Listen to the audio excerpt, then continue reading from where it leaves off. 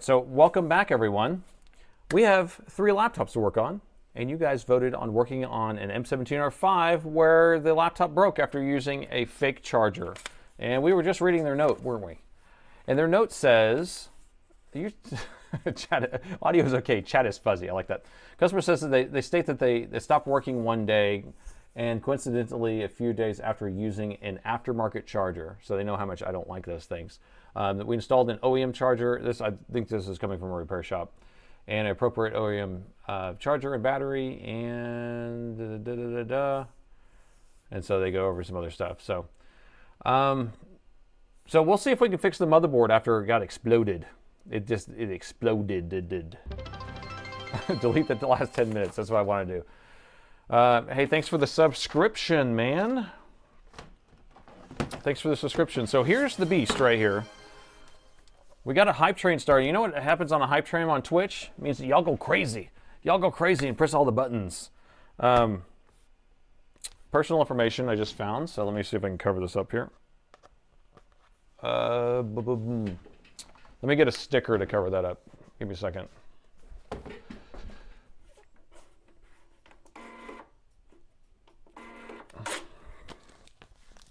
Sometimes you're not ready for it.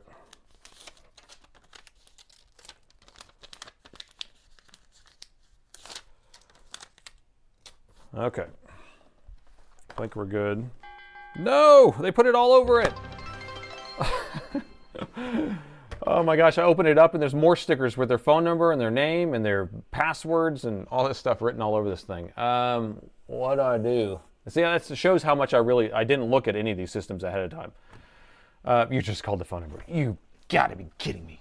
Yeah, do a timestamp on this here. Let me see if I can mark that. Clip it. There we go. All right, let me put some more stickers on here. So, how's everyone doing while we're doing this boring stuff here? Oh my goodness.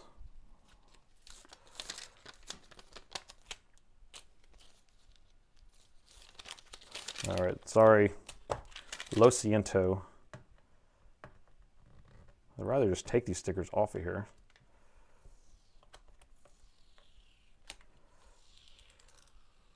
All right, got one of them. Okay, I think we're good. Okay, wow. Let's just delete the whole starting of this whole stream. How's that? Okay, all right. Dave's not here, man. Hey, that's from Cheech and Chong, bro. I love that saying. Dave's not here. All right, new day, new laptop to repair. We got an M17R5 with no power, something like that. So let's plug it in and see what it does. Actually, should we press the power button? First thing we need to do is press the power button. Now, I'm feeling this power button right now. It feels like someone has smashed it. It feels like someone was not very happy and they're like, turn on, and then they press really hard. So that is the issue. So we're going to plug in the charger. All right, keep an eye on the power meter here. You ready? 0, 0, 0, 0. Where art thou, 0, 0? All right, so I just did a video earlier today. I haven't released it, but I just filmed it today, and it did this exact same thing. So whenever you have a system where you plug it in and you get nothing, we're talking nothing, and if I open the lid, you get nothing, then we know that we have, well, we don't know anything actually. DC jack could be unplugged or something like that. But for the most part, you have it where you're going to have an issue where there's a short on the board and the protection MOSFETs are turning off. But usually when that happens, you'll have it go up for a second and then go down to 0. So my suspect, or what I'm suspecting, is that we have some sort of burnt component that's either making it where the power management chip can't come on or something like that. I like to just kind of guess ahead of time in my head, but kind of the gist of it here is we should have the current on this actually pop up for a second, go up to like 0.1 or somewhere around there, 100 milliamps, and then come back down and rest at like 0.02, which is like 20 milliamps. But we're not getting any of that to happen. So yeah, the PMIC or the PMC, power management IC, is probably the culprit. I did one earlier today where it was actually the resistor there's actually a resistor that goes over and powers the 20 volt line that goes to the power management chip. That was blown, so it wasn't getting 20 volts. And then once I replaced that, then it was actually having a voltage discrepancy, and there was a short inside the power management chip. And then we had a short somewhere else too, but that's not here or there. But all right, so we're gonna have to open up the bottom and take a look inside. And the screws are already out. I love it. Less screws for me to have to screw. You know how boring that is. Protection MOSFETs trip due to a short. So it could be that, except that it's not blipping up for a second. So it could be, but whenever I usually like to see a blip whenever we have a short, like on a lower power rail or something like that. And the bottom is off. All right, so didn't their notes say they put an OEM battery in it? And they have an OEM charger, new Alienware power cord. So that's a new one, but that is not OEM, it's new. But can you tell it's fake? Is it real or is it fake? So this is definitely fake. It should say Dell. It also should not be in white font. And I mean, we can go over that again, but we don't need to. So what I want to look at here is we have the DC jack plugs in here. It's going to come through a couple different MOSFETs and all that stuff. So let's get under the microscope, take a closer look.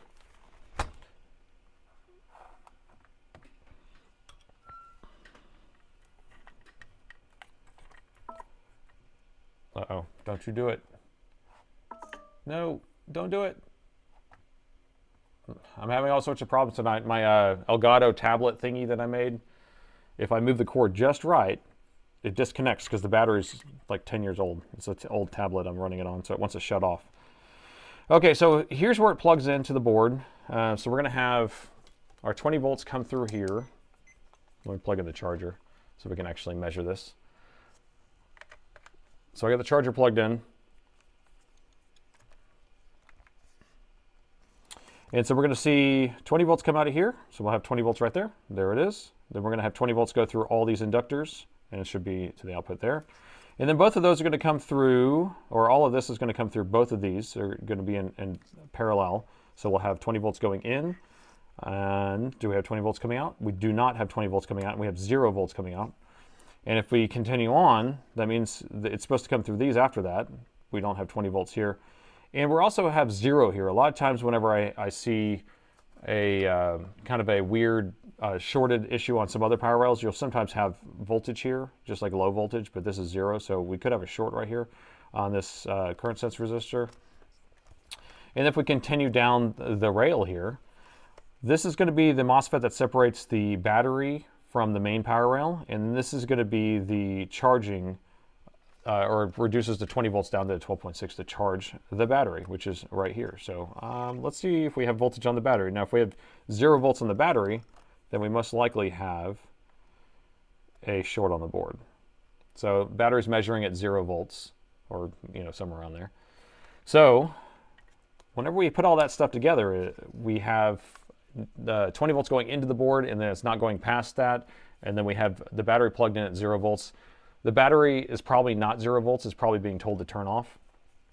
And so I bet we have a short. So let me unplug the charger, unplug the battery. What do you want to measure first? What do you want to measure first? I like to walk over here and we just walk through this little input here, right? Because this is where the DC jack comes in. And if we just kind of walk across that, we'll go continuity mode. And I'm just going to measure from ground. So we measure here, we're not having a short. We measure across here, no short, right? Because we had 20 volts here. But now we're about to go past these. So we're going to have a short on the other side of this. We don't have a short. But we had no voltage in this area. Now we need to get to the other side of these. And we do have a short right here. Now, the short is a really screwed up short because it's 3.26 ohms. And I will make that stop beeping. So 3.26 ohms. So based on the short that it's displaying there, or the resistance of this short, will kind of lead us down the road of what is shorted, right? Because we have 20 volts going in, and then that 20 volts is going to be broken into a bunch of different power rails: 5 volt, 3.3, 1.8, 1.05, 1.2. Well, this one doesn't have a 1.2. And then it will have the CPU and GPU, and And Tess, you guessed it correctly. CPU is probably, we have a 95% chance that it's a MOSFET on the CPU. And then what percentage of a chance do we have that the CPU is going to be good after we replace? Probably a 50-50. So it's a DR MOSFET that's on there. It's a monolithic MOSFET. So on the CPU, you're going to have a few power stages. You're going to have 20 volts go there. It's going to be pulsing that. Hey, thanks for the Prime sub. And it will pulse it down to whatever voltage it needs, 0.7, 1.4, whatever. I don't know what the AMDs run at. They kind of move around, I guess, right? So we're going to have to pull the board out. I'm not going to go straight to injecting voltage. That's what people love to do. People are voltage injection fiends, but because we have measured it, we used our head and we said, okay, well, 3.26 ohms is kind of a high resistance. Now, if we were lucky, it was going to be like close to 0, or it would be like 0.1 or something like that. Then that probably means that would be a capacitor, which is everyone's dream, right? It's the easy pizza of the craft of fixing motherboards. So if we had an actual low resistance like that, then we can inject voltage and see if we can find it on this side, but it's not there. So we're gonna remove the motherboard. And so this is the time where you get to watch me unscrew screws and ask me questions. Inject voltage right now. I can't wait. I can't get enough. I can't get enough of your voltage injection. Can you replace the capacitors in another video? Yeah, and I could even do that. Now, I actually always replace the capacitors, but, you know, I'm sure you can get away with not replacing the capacitors based on, I mean, Soldering gives warranty, so I'm sure it's fine. Put it in the microwave. That'll wake it up. Please don't spam, folks. Please, please, listen to our mods. Oh, Dave, I did try out that game. Blueprints? Blueprints? That was pretty cool. I did 10 rooms, and then I kind of bombed because I put myself into a closet. Oh, let's do some background music, you're right. Where my music at? All right. Okay. So I'm going to start spinning here.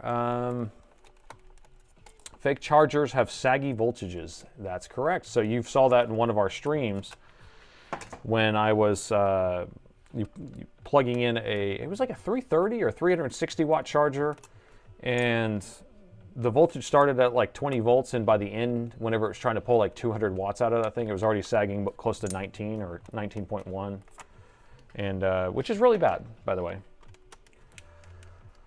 How big was the closet? So, well, if you're talking about blueprints, whenever I was building it out, I didn't really realize the whole premise of the game. And so I put a closet in the first room, which was stupid. So that wasted one of my ways to go. And then I got footstep happy because I said it was going to give me 10 footsteps to put a bedroom here. And then that was the end of my thing. So, if you know what I mean, if you played that game, you know exactly what I'm talking about. So, blueprints. It's definitely a cool idea to try to get to the other side. Have you made it to the end, Dave? It's a long haul, great game. Yeah, because that seems really hard. The Smurfy way. You and your Smurfs.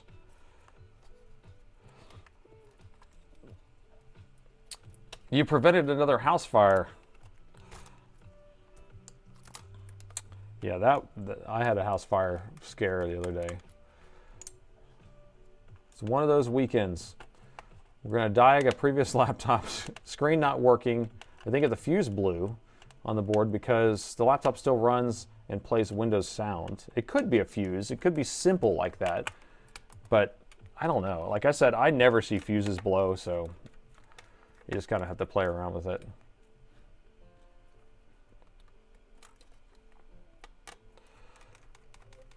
DIY. Are you ready for the snow on Saturday? Take all kinds of notes. Virtually everything is relevant. and it makes sense because I've done a bunch of escape rooms, and that's kind of what I'm equating it to. Is it kind of seems like an escape room. What happened to me? So I had a scare a couple weeks ago.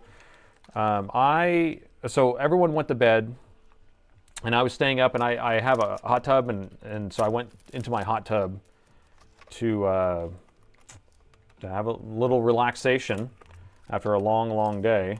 And so everyone was asleep. My wife was asleep, and my kids were asleep, and everyone was asleep upstairs. And I came back inside, and I would have normally went to bed with everyone else, but I decided to go to the hot tub. So I came back inside, and the house smelled like gas, like natural gas, and like really bad. And immediately I ran into the kitchen, and I found that one of my burners, or two of my burners, were turned just like that.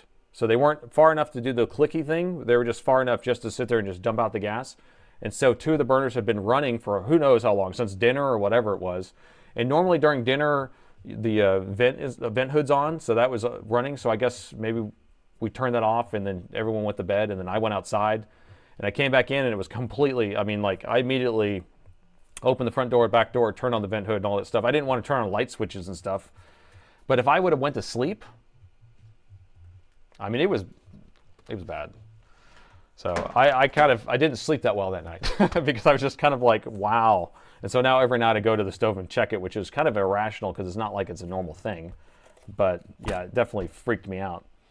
So, all right, I did get the board out, and it looks a little dusty, just a little wee bit dusty, so it probably has been running pretty hot. You don't have a monitor, so I don't know if you know, natural gas sits on the ground. So I have, carbon monoxide smoke detectors. We have all those, and we have those like all over the place, and we even have the ones that hook to our alarm system. But natural gas has a smell added to it, and it's heavier than oxygen, so it sits on the ground. So it actually starts filling up from the ground up. And so if I would have waited overnight and then flipped on my light switch, it would have, been where the circuit was, and then kaboom. We actually had a house that was probably from my house is probably like 6 or 7 miles away. But we had a house that they were remodeling it, so no one was living there, but the person who's remodeling, they came in, opened the front door, and flipped on the switch, and the whole house exploded. And apparently a propane tank had been leaking into the house for days or whatever, and it blew up all the houses around it, like all the windows out, and then even like a school got their windows blown out like 2 blocks away.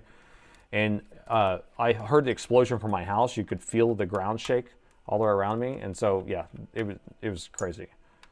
Yeah, and propane, I think, has more energy than natural gas actually.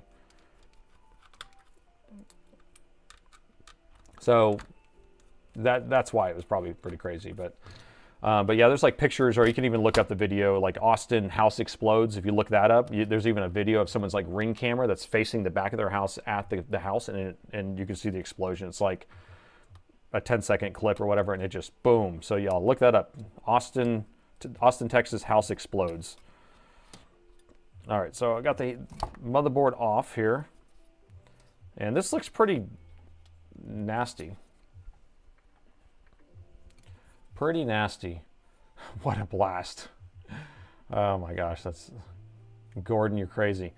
Yeah, so the thermal paste looks pretty bad.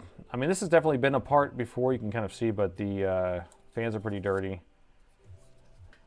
And heat is not your best friend when it comes to these types of systems. Now, this is going to be the AMD version, so this probably has a Ryzen 9 of some sort. Let's see. I always see the Ryzen 9s that are going bad. There's a Ryzen 9. What did I expect? So it's always the Ryzen 9. Why? Why is it the Ryzen 9? I don't know. The 6900HX. Freaking problem. That's when I say I don't like these systems, is because of this chip. Oh, it made the news. You remember that, so you did remember seeing that. All right, so let's go over and explain the way a CPU works. So we have power stages here. 1, 2, 3, 4, 5. Now, these 4 are tied together. This one's on its own, and this one's on its own, and that one's on its own. Excuse me. This is the chip that controls all of these.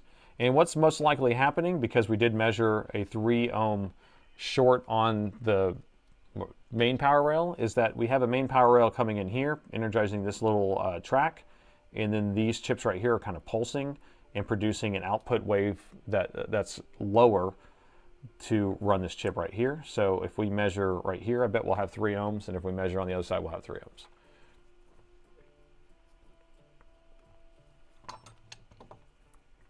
All right, so if I measure right here, wait, no, right here, here, I'll measure right here, 3.23. And now if I measure here, do we have the same amount? 3.23. We do. All right. Yeah, everyone survived in that house that exploded, by the way. The person even who flipped the switch, it exploded them out of there. It was like the air pressure, like pushed them out of there, and they survived actually, which was crazy. All right, so we have to do the bypass method if we're going to find which one of these MOSFETs are shorted. So right here, right now, I can inject voltage right here, okay? And what we would do is hook our ground or our negative probe on here and our positive probe right here on our main power rail, and then it will find its path back to ground, and its path is going to be through one of these 4 MOSFETs, because one of these are going to be shorted, and it's going to go through here, it's going to come over here, and it's going to go through the CPU back to ground. 2 things happen when that happens. A, you can't get enough current to go through here to light one of these up to figure out which one it is, and if you wanted to get enough current, you have to keep cranking the voltage up, and then you start overvolting the CPU. So what we're going to do is I'm going to do the bypass method. This is something that I came up with a while back, and it makes it where we just bypass the CPU altogether. So we're going to put our negative probe on the output over here. So it will still find its path to ground, but it will come here, and then it will pick whichever one of these is shorted. It will go through here, and then it will take its path back to ground. So that's what we're going to do. So let me get all this stuff set up. I love this bypass method because I don't know, has anybody else used this yet? I use it every single day now because there's so many different things. Like like on that other machine, that when you have a parallel, when you have 2 MOSFETs in parallel and one of them short open or short on, like a short, whatever. You don't know which one it is. You have to take them both off. Well, if you just do that same method, it will short right through it. So now the thing is, when you do this, you're basically shorting to almost a 0, right? So it's like if I measure from here to here, that's like 0.1, right? So if I measure here to here, it's like 0.1, right? So if you know Ohm's law, that's like me hooking these 2 things together, right?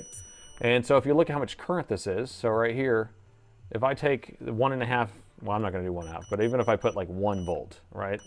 If I put 1 volt and touch these 2 things together, that's like 19 amps. Did you see that? I'm not going to hold it for very long. So we don't need 19 amps, right? We only need like, I don't know, 4 amps, 5 amps. So there's a half a volt. We're still getting 10 amps with that. We don't even need that much. 3.3. There we go. There's 5 amps, 6 amps if I touch those together. So now we can use this method. So I'm going to take my negative probe. I'm going to hook this on here. This is the negative probe for my meter. And I'm just going to do this so I have something to poke with. And so now I can poke this on this back side right there. And then I'll take my positive, and then I can just inject that voltage right here. And we are getting a short of what, 3 amps? So 3 amps is going through one of these MOSFETs. Which one? I don't know. I do not know. But you know what will tell us? This magic screen that's having some artifacting. What's going on here? What is going on? Let's try that again. Work hard, not smart. Wait, is that what you just said? Work hard, do a lot of bench fees. Okay, so here's our MOSFETs. I'm going to point it with my finger. So these are the coils, and the MOSFETs are right there, so I want you to keep an eye out. I'll inject the voltage. And do we see which one is getting hot? We can see it right there. Now that I know that we're bypassed, I'm actually going to go up in voltage so you can see some real fancy light here. Here we go. Boom! It's that Christmas, man. It's that Christmas. So it's this one right yar, that one. So I'm going to scratch it, and then we'll do it one more time. Boom. Okay, so now we'll switch back, and it's that one right there. I just scratched it for us. So that's the one that's shorted. So the path is coming like this. It's coming through this little rail right there, jumping across there, going through there, coming to here. And you see how I'm on this one? What if I just move over here? It should do something different, right? It's actually going to do the exact same thing because it's just trying to find the path to ground. So again, it's it's still lighting up that one that's over there, but it's just finding the path to ground back over on this other one. Okay, so it doesn't mean anything. Like all of these are hooked to the same output, these 4. So does that make sense? Try to be clear on what the whole concept is, right? Because you're trying to find a path to ground whenever you're doing this. So anyway, so this guy right here is essentially a wire, right? So we essentially have it just going straight through when it actually should be able to pulse. So we're going to replace that guy. It's usually the ones that are in the middle like that are, you know, all cozy between all the other ones that are getting all hot, getting really hot. So we're going to replace that guy. We can just take him off and then move this out of the way so it doesn't melt. Let's see which way I want to do this. I always think about how I'm going to blow my hot air. So I'm going to blow the hot air across this way.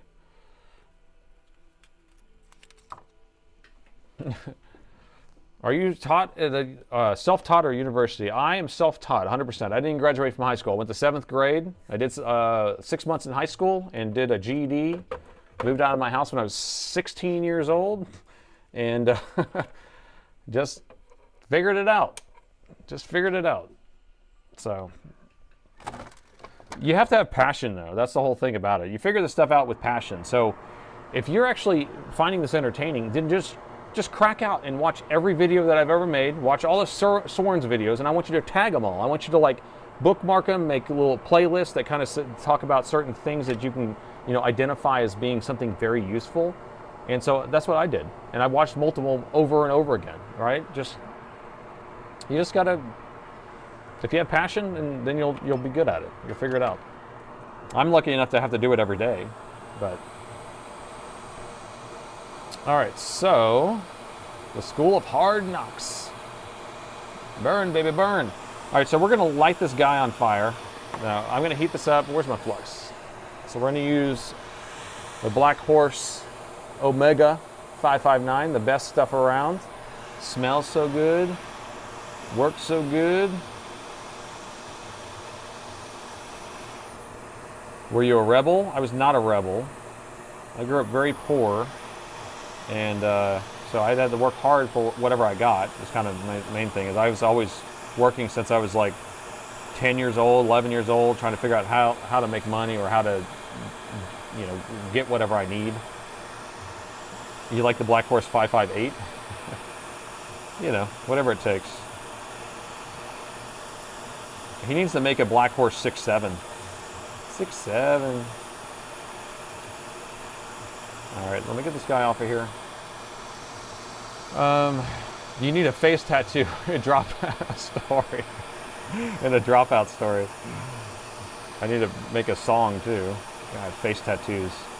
That's one thing I'll never understand. I don't have a tattoo. I don't want a tattoo. Soren as a character, he's funny. That is 100% true. That's why we're always quoting Soren stuff. It's the biggest form of flattery. We have picture. I can't believe. And he's Romanian, right? Transylvanian. I can't really do his accent too well.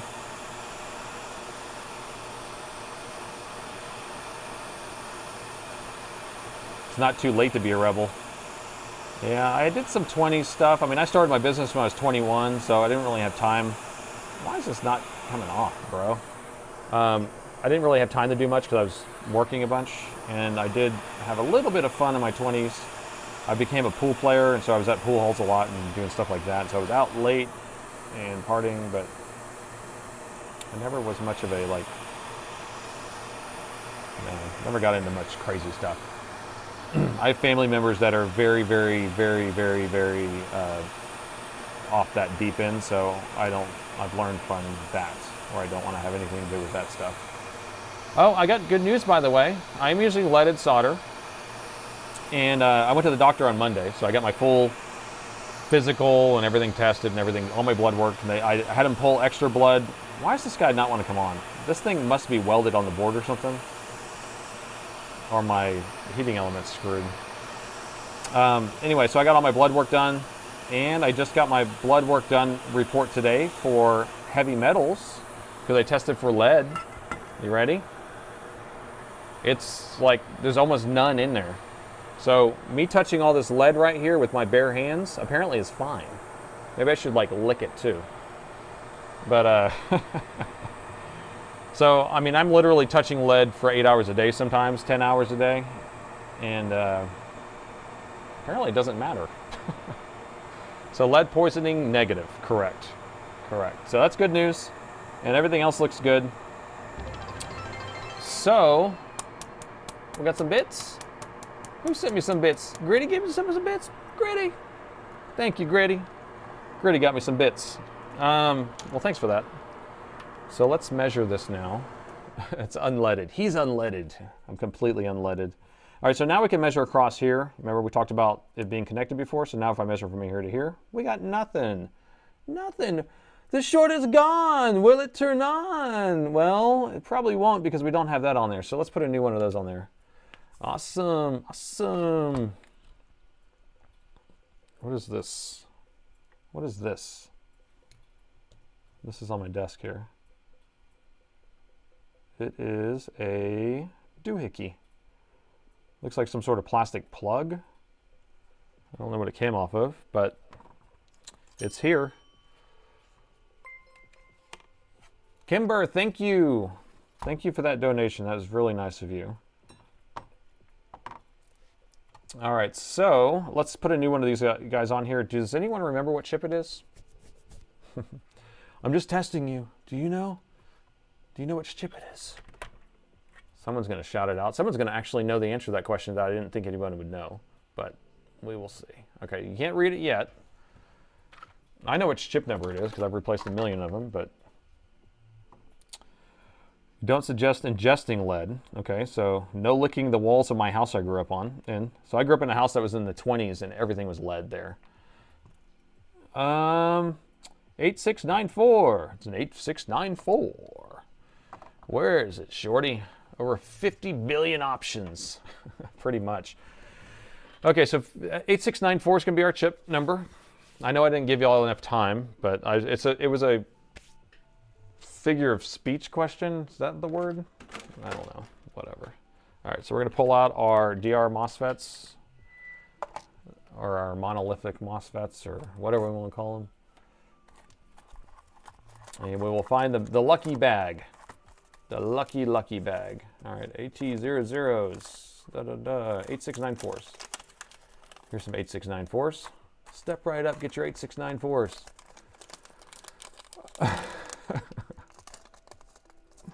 Oh no, I only have 3 left. Oh, now I got another 10. That's another 10 pack. You grew up in a print shop. Gordon grew up in a print shop. I grew up in a print shop.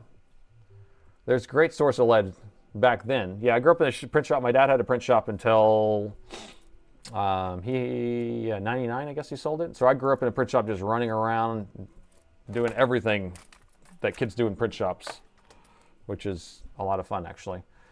And the smell, I went somewhere the other day and it smelled, it had that, Gordon, you know the smell of the print shop, or that, whatever that is, it's like, I don't know, it's like some sort of, I don't know, something that's in the ink. But I went somewhere and that smell was in there and I just all of a sudden had all these flashbacks. So, all right, so let's get this guy installed. A former painter. Yeah, you have a former painter also, so you actually had the experience with lead with that in the 70s probably.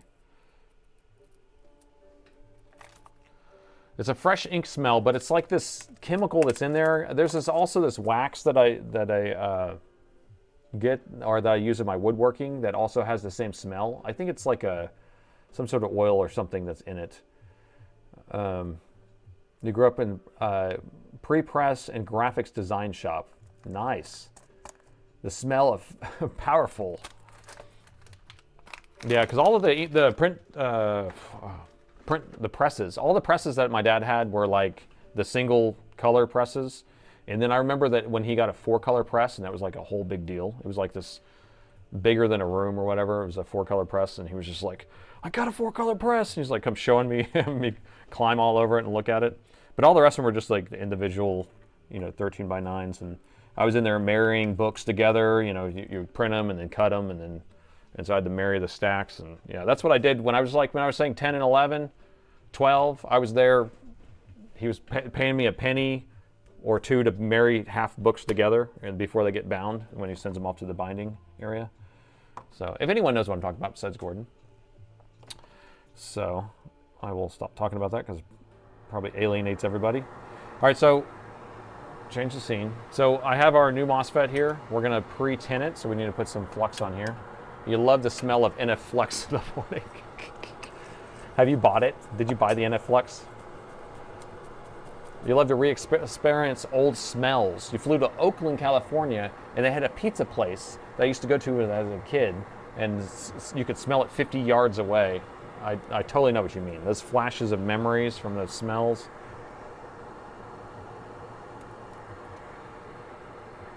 Hey, parts people. Barney, welcome. Mr. Rubble. All right, so I'm just gonna tin these pads, make them nice and shiny. Shiny.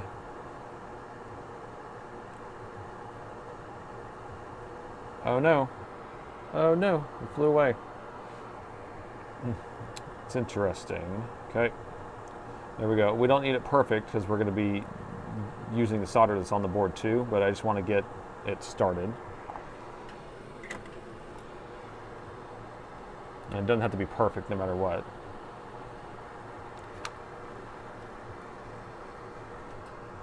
Coffee type today. You know what? I got to tell you something.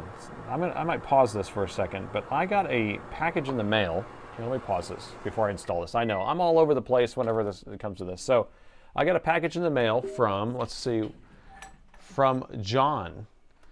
John, if you're out there, thank you so much for the gift. I don't want to show off the packaging stuff. But let me show you what he sent me.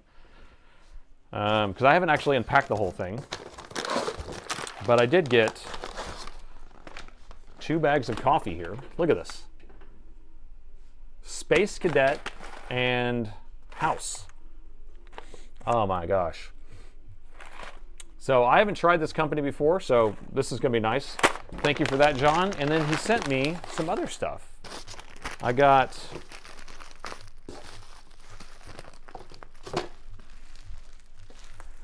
this right here. Let me cut this open. I haven't even opened this part yet. THC coffee? Hopefully it's not THC coffee. You're gonna have to, I better check on that. This, I think that this is what I think it is.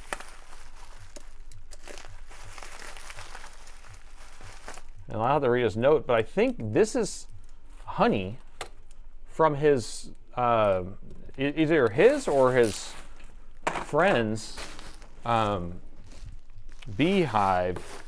Let me see, here's a huge note here. I haven't actually read it because I haven't opened this whole thing up yet. Oh, this is a huge note here, but I'll have to read that on my own time. One other thing here he sent me was a bag of keychains with the alien keychains. Ha ha! Dude, look at these little guys. Woo! Loving it. John, nice. Some NF honey. This funny because this honey looks like, it almost looks like, maybe it's a honey butter. I don't know, I need to open it. Although my hands are not clean enough. But he knows how much I love honey, and I'm very, very grateful. So anyway, I had to stop and kind of do that real quick. Yeah, it almost looks like Soren's Flux. Dip it in the rosin. All right, what were we doing again? Changing out MOSFETs? Changing out MOSFETs? It looks like ice cream. It totally does. I really want to open it and take a little lick out of it, but my hands are not clean. I'm not a coffee guy, is what he says. This is a local roaster. Okay, so it's a local, raw, unprocessed honey from his cousin who kept bees right up the road while he was living in Massachusetts. So it was a hive straight into the jar, thicker and paler than most processed stuff from the supermarket. It's thick, but it dissolves in coffee. And it's just a sealed jar and you just warm it for 5 to 10 seconds. So, wow, that's awesome. That, yes, I'm ready for tomorrow. I'm ready for tomorrow. I mean, tonight I have, the coffee I have tonight is just my Summer Moon with the ice cold brew with honey. I love my honey. All right, so let's keep on trucking here. All right, so we need to get this installed. I know I like to procrastinate sometimes, hey? Uh-oh. Where's my thing at? Do you see the chip? I thought I put it right here. I thought I put it right here. I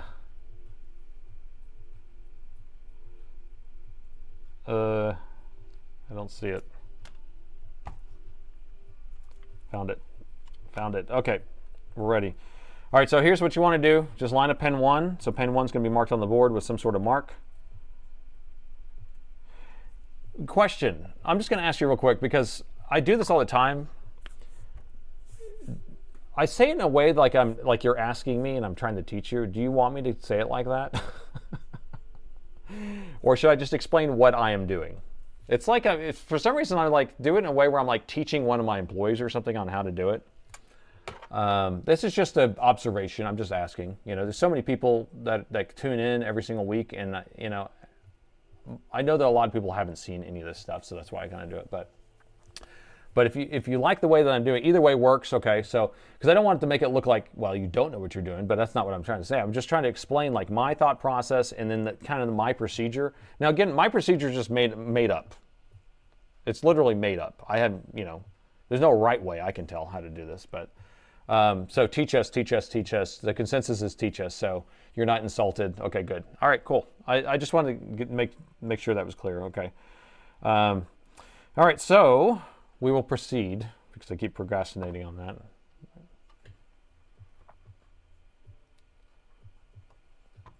All right, so what I do is I find pin 1. So pin 1 is marked on the board. Well, in general it should be, but this one kind of has a weird setup. So I'm thinking this is, no, that's, in general that should be pin 1, but I don't think it is. Here's the dot here. There's a dot there. So I guess normally it's in this corner, but I guess they had to put it right there. So all of these have pin 1, and so that's going to be the orientation. So I just want to make sure we have that orientation there. We're going to line that up ahead of time. I'm going to get my tweezers all ready to go. And I've seen people do this in the past. So like if you're watching Rossmann, or, you know, I'm trying to think of who else. Soren does this exact same thing, where they put the chip on here now, and then they just start heating it over that. I'm not a big fan of that, but maybe it's because, like, I just don't want to sit there and blast the heat at that chip, and I feel like if the chip's not soldered down yet, then the chip's going to be taking a lot of the heat, and you can end up burning up the chip. That's just my opinion.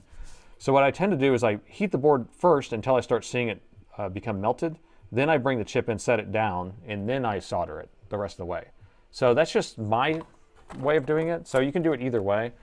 I'm also under the way that I like to do it is just leave the factory solder on there, and then I can add solder to the chip itself. But Rossmann likes to remove all solder from the board, put all new solder on the board every single time. And so I don't know.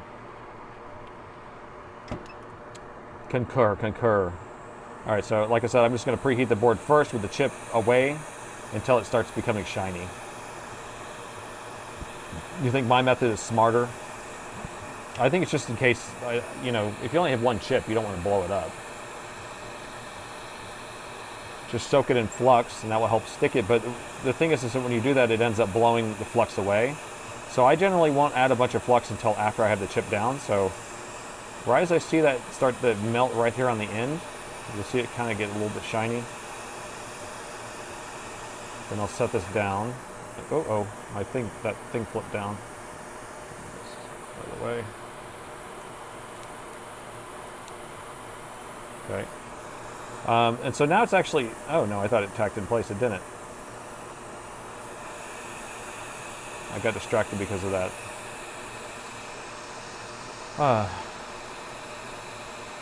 Do it like the way you learned it from you. Yeah, do it the way that I learned myself from myself. from doing it. I'm going to tack that down. And now I'll add flux now that I have it down.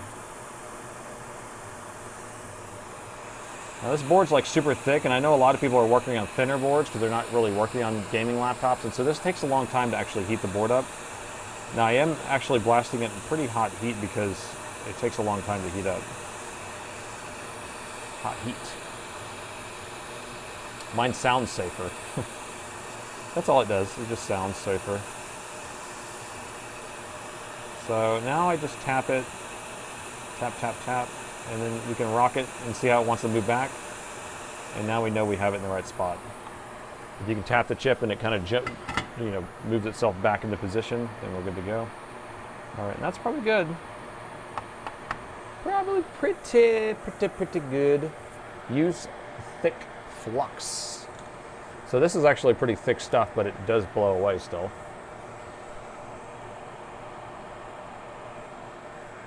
Yeah, the right way most of the time isn't the fastest way, that's correct. Okay, I'm gonna wipe this up now.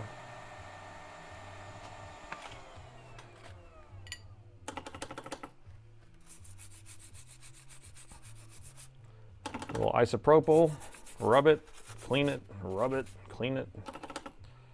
So these are Kim pads, and what I'm doing is just kind of alternating between rubbing it and putting a Kim pad down, and then that will pick up any of the extra flux that's smearing around and makes it nice and purty.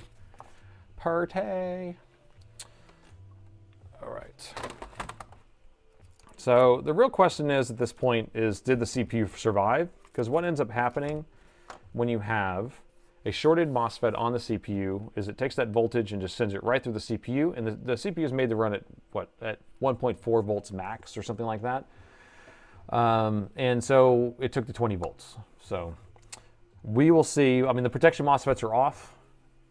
So it's like Duty Dog wants to know what my temperature was. I do 450 at 60% air. I think I was just running at 480 because I was having an issue. So I went to 480, but normally I have a preset buttons here. So here's my thing here. So I have this one set at 300 at 50% air. Sorry, 300 at 50% air. 400 at 42% air, or 40% basically, and then this is 450 at 60. And so those are my main settings I use, and then sometimes I have to bump it up a little higher for temp. And like I use the 400 with 42% air for USB-C ports, and then the 300 I use mainly for removing like sticky stuff and like reheating some flux and things like that. And then if we're doing like reballing stuff, I may use 300, maybe 250 with a little bit with less air pressure or something like that. All right, so we need a poll. Did I already kill the other poll? Yeah, so put a poll up whether the CPU survived. Now there is a likelihood that the CPU survived because the protection MOSFETs were engaged. They were on because you remember the board wasn't turning on. So I would, well, I'm not going to tell you. I'll just let you guys guess. So go ahead and cast your votes while I'm reassembling this. And I'll show you that the short is gone too, by the way. I haven't even tested it, but I know it's gone. I'm that confident. I'm that confident. Okay. We got to shine these up to a mirror finish. What's the last number on the MOSFET manufacturer? It's an MPP. But it's a 6.9. These are notorious for going bad, I think. Let's see. So it's MPPG, and then the one I just put on there was an MPPR. So these are all Gs. What is, oh, sorry. Is that the date, the G? Does that tell you what date or month or something? So the one I put on there was an R, and then they were a G.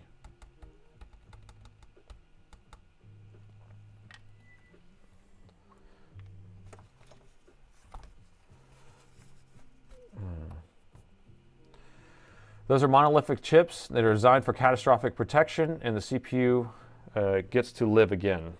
But I've also seen the CPU not live again plenty of times. So, and that's usually when it's shorting out the AC adapter, though.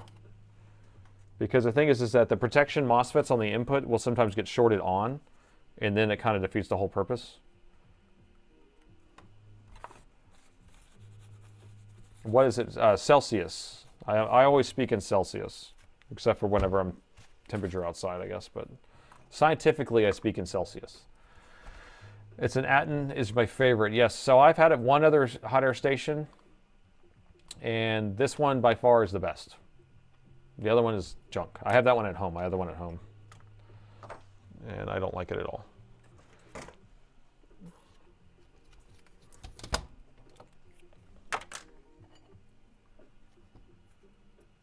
You got to have faith. You saved another CPU.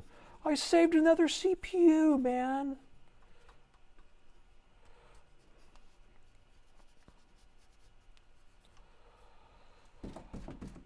Okay, 816 viewers. Oh yeah, so last Sunday we did an experiment, and so you guys can be part of the experiment again.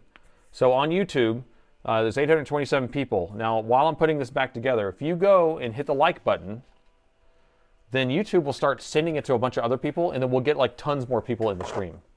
So let's see if we can get the stream up to like 1,200 people or something like that by just hitting the like button. So everyone just minimize your screen real quick and just hit the like button while I'm reassembling this. I'm not doing anything anyway. It's boring. There's nothing happening. Just hit that button. We got to clean these fans, actually. Can I clean these fans real quick? Because I know they're really dirty and I don't want to have to deal with it afterwards.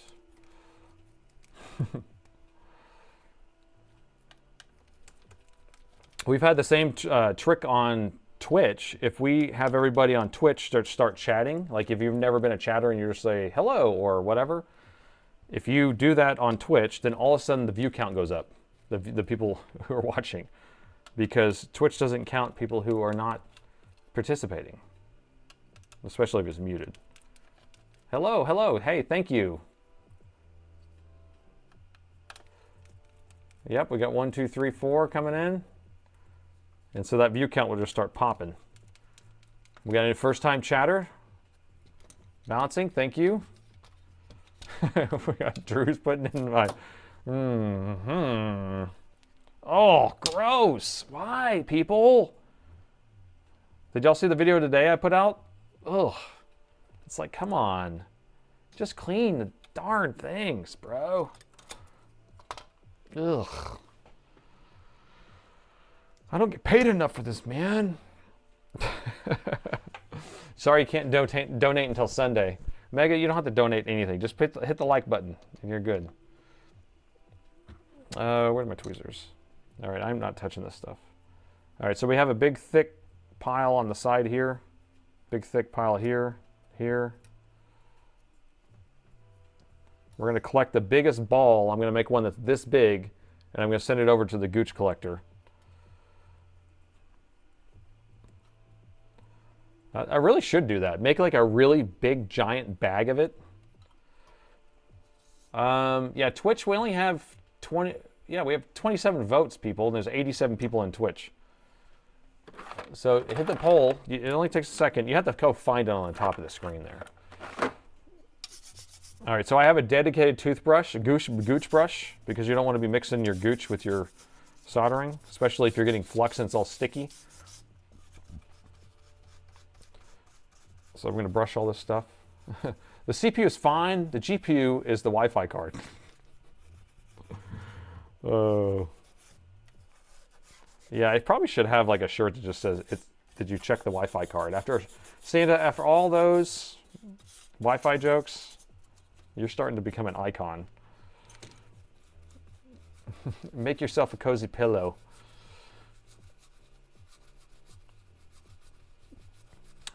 As long as you send him some RAM, LOL.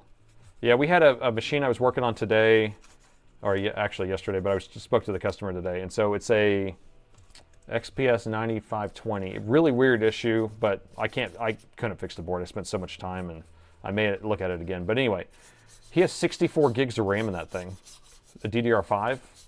And I told him, I was like, dude, you can just sell the RAM, bro. Because, I mean, it's going to cost $700 to fix it or replace the motherboard. And I was like, you can just sell the RAM. Buy yourself a computer. Need some liquid metal on that CPU. It's only 200 likes. I thought you guys were busy liking the stream.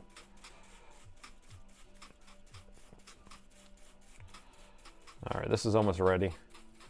Use an Oral-B brush. Zzz. I'm going to use a water pick. I'm going to use a water pick to clean all this stuff out. That will get it. I'm going to have to go blow this somewhere. Not around here, though.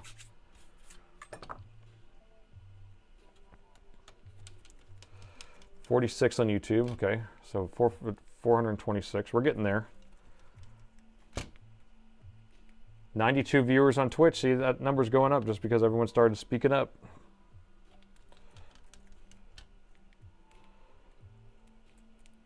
Must have had some lag. You have to stop and like refresh the page though every time you want to do that.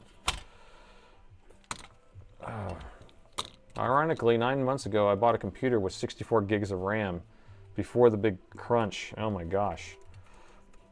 Maybe I'm stupid, but where do you like the stream? So if you're on Twitch, you can't like the stream, but on YouTube you can. On Twitch, you just follow, I guess. So yeah, if you're on Twitch, don't worry about liking it. You can just type in the chat, and then if you type in the chat, then that makes it. Let's see. Sire says, hello, I'm inquiring about a laptop repair. It's not a Dell, and it can't boot the Windows and shuts down applications. Sent to 2 different companies. Well, Premise might be able to help you with that. Premise is the mod there on Twitch. I don't work on anything but Dell, so it's hard for me to answer. Plus, whenever I'm doing repairs, I don't really answer technical questions like that unless we're in the just chatting stage. So, but Premise he does repairs, so he might be able to help you out with that. All right, I'm going to blow this out here.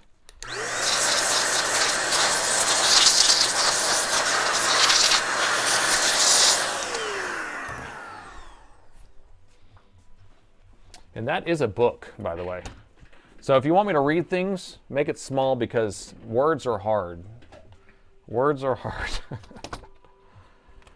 All right, so I'm just going to put Arctic Silver on this thing because we don't need any. I'm actually out of PTM, so that also is making a thing. I ordered a new thing from Linus Tech Tips a while ago, and it still hasn't shown up. So can it go into the ultrasonic cleaner? It can.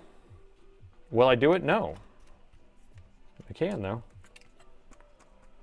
That's a lot of work. Because you have to disassemble the entire board. Every single thing needs to come off of it. 128 gigs of RAM in a laptop? Damn. A lot of these Precisions I'm working on have 128 gigs of RAM in them. Because they have 4 slots. So. Oh, man.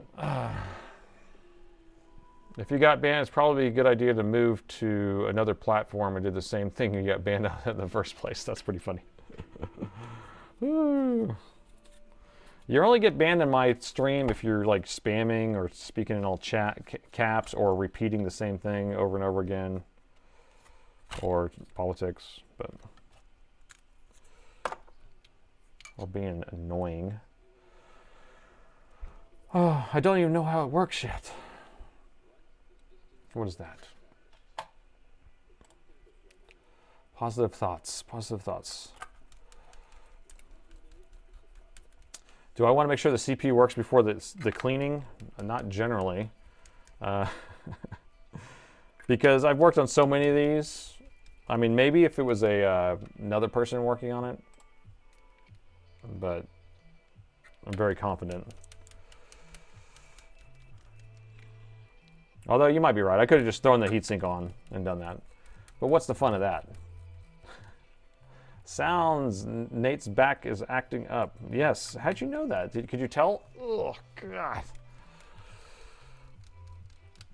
No, when I sit in this position for a long time, it starts hurting, but I'm telling you, my back has been good since I started doing a lot of exercise. Pretty much everything's better. It's really weird. If you exercise every day, everything kind of solves itself. I don't even understand.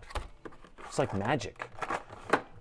And if you don't drink alcohol, it's crazy. It's like you get up in the morning, you don't feel like you got kicked in the head by a mule. It's just weird. Look how dirty my desk is. I hate this. All right, so this is dirty too. Let me blow this. Check for a short. Thank you, I will. I'll get right on that. Whew, this thing's dusty. Ugh. Give me a respirator. Phew. Phew. Ugh. Gross.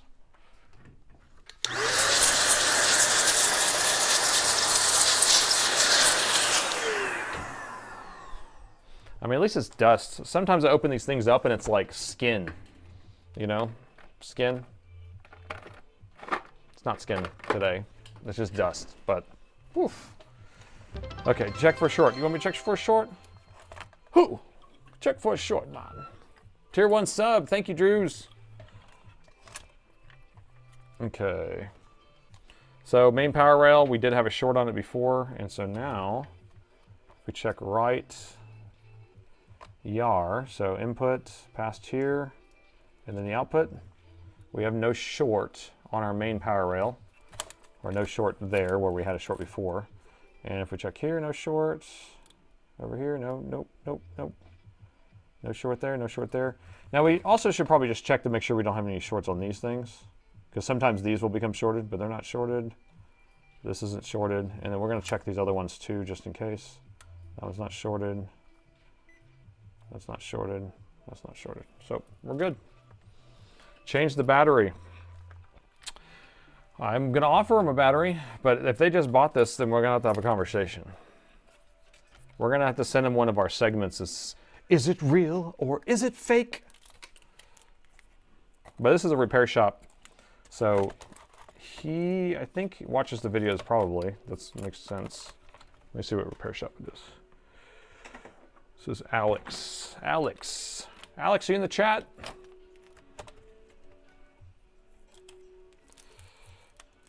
Caw. Dust is like 50% skin cells anyway. Well, this dust did not look like skin cells to me. Thank you.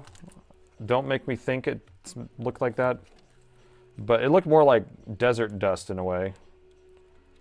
But there's been plenty of skin cell dust, I'm telling you, come through my place.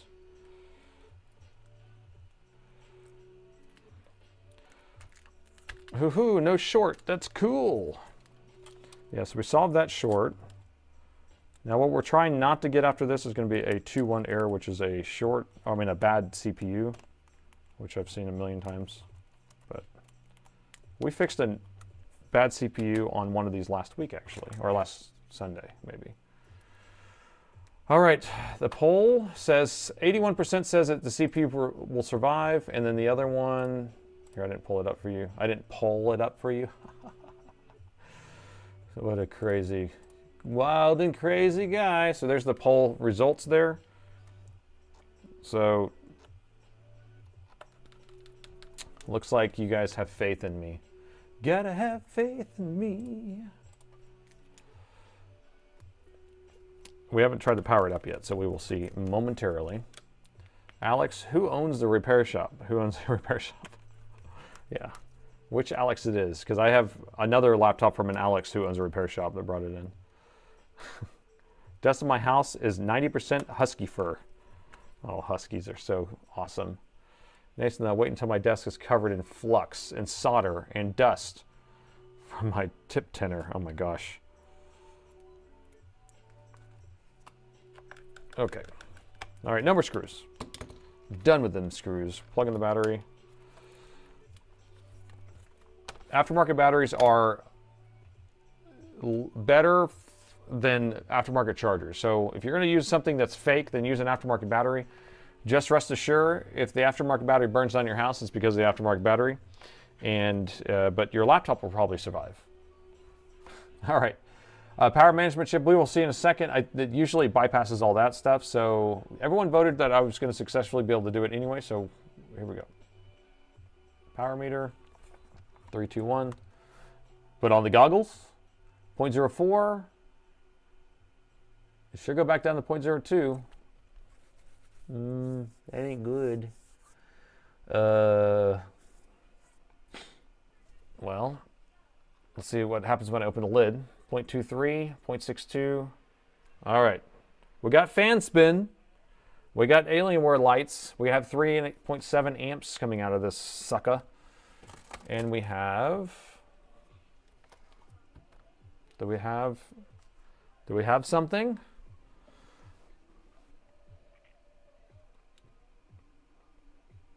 Come on. YouTube's at 826 likes? Or is it at 826 views and then you hit the like? Because I'd be surprised if it was already at 826 for the likes. All right, come on. Come on, thing. So we're waiting for the CMOS reset to go through. But keep an eye here. If we start getting 2 red and 1 blue, then throw this laptop out the window and let's move on to the next one. 2 1's really bad. Right now it's just fading on and off. It's like kind of going through a CMOS reset. It has to do some RAM training. Okay, it's at 471 likes. Remember, if you go down and just hit the like button, then it makes it where more people will show up. It's crazy. It's like a weird concept. You tell other people it's cool, then it tells it other people, and then they tell some other people. It's like a pyramid. It's like a pyramid, like that. I'm at the top, and then y'all just like, and it just keeps getting bigger.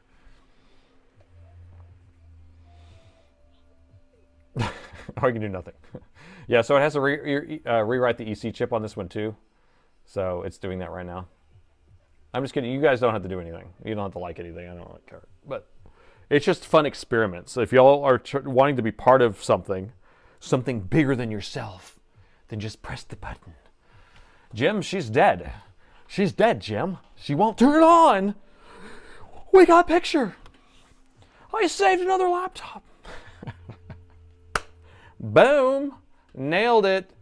All right, so that it's turning on. Let's put it in the diagnostic. So we have picture now. So it came in originally, right? No power at all, nothing, dead as a doornail, 0, 0, 0, 0, 0. We identified that we had a short on the main power rail. We identified that the short was going to be shorting through the CPU's MOSFET. We replaced that part, put it back together. Bob is your uncle. Turns back on. Now, we're not out of the woods yet. Not out of the woods yet, okay? Because on this machine, this has tricked me so many times, and I'm going to tell you, it has tricked me so many times. I could put an SSD in here or a USB stick and try to boot from it, and it could start blue screening. So we're about to figure that out in a second. So yeah, the monolithic could have done it, could have saved the day. We will see. I still don't know yet. So if you voted for it, fixed it, it hasn't, we don't know yet completely. We do have a light here. We have a 6-7, whatever it takes. No, it's a 1. That's a blue. 1, 2, 3, and then a 1.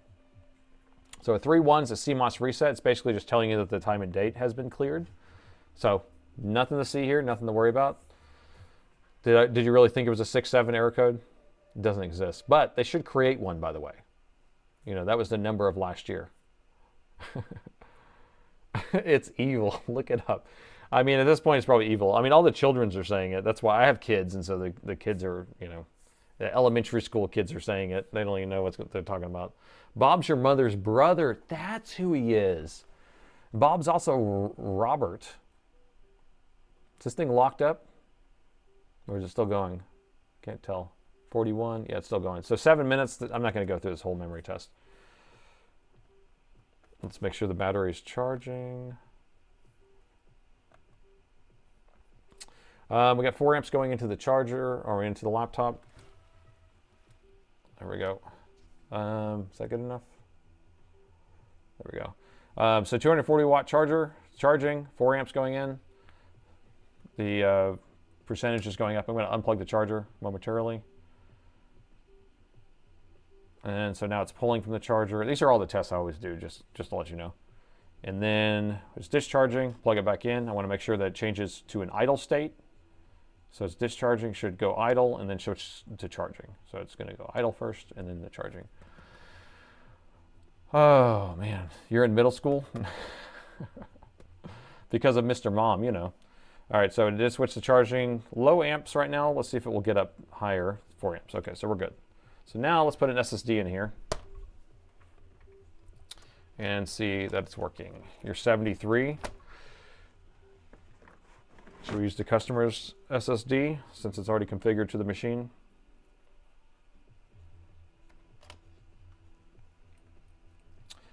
Linux from scratch. What? What was that, James?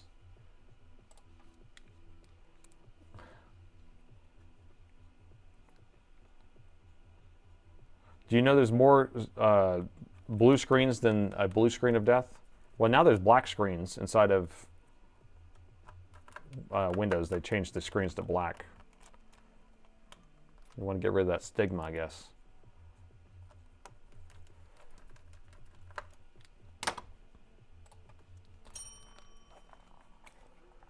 That is gold solid RAM. How much RAM did we have? Did we even look? I don't know if we did look. Let's see how much gold we got here. Can you see it? I can't see it. My eyes are not good enough. We have DDR5, 16 gigs.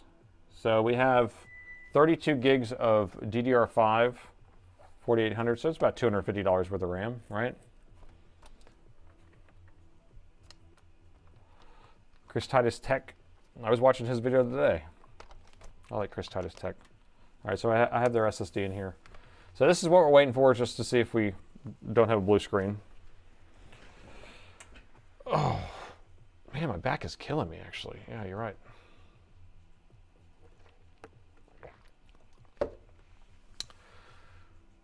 Don't remember the last time you've seen a kernel crash in Linux.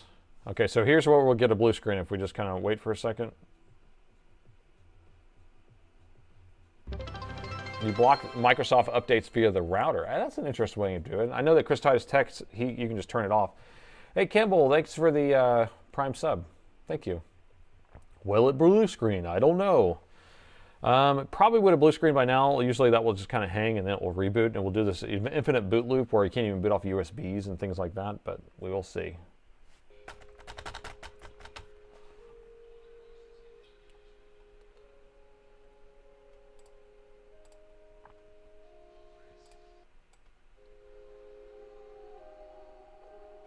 Now it's really thinking about it. It's crunching some numbers, isn't it?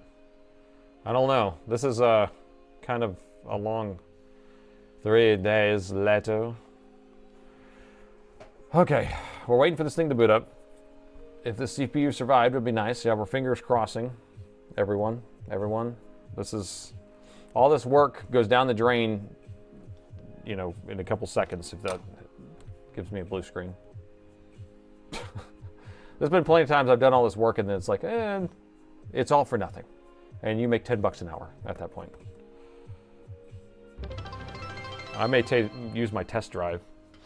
Did they say something about replacing the hard drive, or was that this other person? No, that's the other person. We got a new Twitch sub. Thank you. D-Bolt. Thank you. Go Gadget Windows. Jinkies. I used that, I was at the doctor's office on Monday, and this nurse was trying to like measure me and using the little measuring thing on the top or whatever. And she had to like stand on her tippy toes to put her hand up there to slide the thing down. And I was like, go Gadget arm. And I was like, do you even know what that is? And she's like, we have picture. So we did boot in the Windows successfully. So this machine is good to go. So let me shut her back down. I saved another laptop. So this one wasn't too bad. Wasn't easy? Would they count this as easy? I know some people think this stuff's easy, some people think it's hard. I don't know. It's just another day in the neighborhood. Another day for neighbor. It's too slow. I don't know why it's so slow though. It only uses a 240. Maybe their SSD is slow. We put new thermal paste on it. Maybe it's this fake battery. So I'm going to put this away. We'll start another one. Unless you guys want me to do something else to this one. Oh, look. There's a box. There's a box. There's a battery. So they have a battery included. Is this their original battery though? See the date code on it.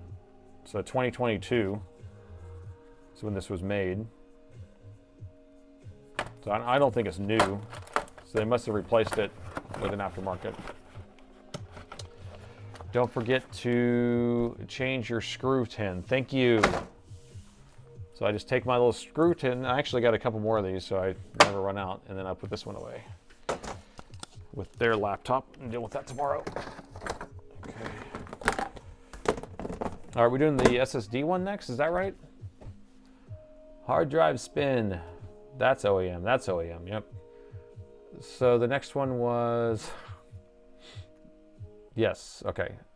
So let me clean the counter off and put this stuff away. I'm going to add this to my big ball of gooch. Move this stuff out of the way. Sorry, I got to put away my tools. I like to start fresh on every repair, by the way. I'm sure I've told you that before. Okay. Look how dirty this is. This is just off of every repair is like this. It just becomes so dirty. I just use alcohol.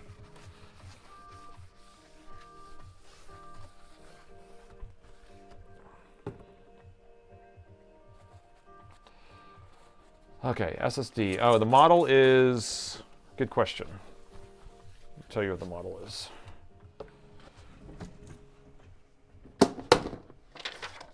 It is a Precision 5750. Precision 5750. It said hard drive quit. And so they replaced it. It was replaced by an IT guy. Here, I'll let you read the words here. All right. So hard drive, meaning SSD, quit. It was replaced by an IT guy, and the same time he replaced the battery. Repair worked briefly at his repair shop and wouldn't come on anymore. Left side USB port has been not charging or working as well. What do you think? What do you think? Is your Mac grounded? It's not. I don't ground nothing. No, I have, the whole desk is grounded. Like, this is a metal, oh, this is a big metal desk. It's actually made to be in one of these types of shops, and it's grounded. And these are all insulated. I have concrete floors. I actually don't have any, I never deal with any of that sparking or any of that type of stuff. Nothing to worry about, but, well, you can worry about it if you want, but make sure there's no personal information. This is a beautiful laptop. I love it. I love it. All right, so these are one of my favorites here. So this, y'all want me to do the intro? Do the smell test. I can do the intro if you want. All right. Here, we'll do.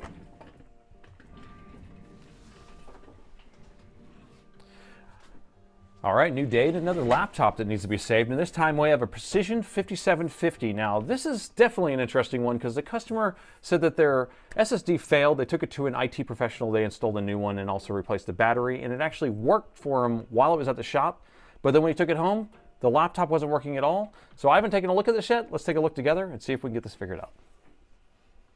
Did I nail that or what? Nailed it! Live intro. So, you want to go customer's charger first? Let's see what customer's charger is all about. It says the word Dell on it, and looks stock, looks factory. Looks factory. And we'll look at his port, too. Well, that plug looks a little weird at the end. So what I'm looking at is this. I think it's fake. Fake, fake, fake, fake. It's hard to tell, but this is, see if I can get this lined up here.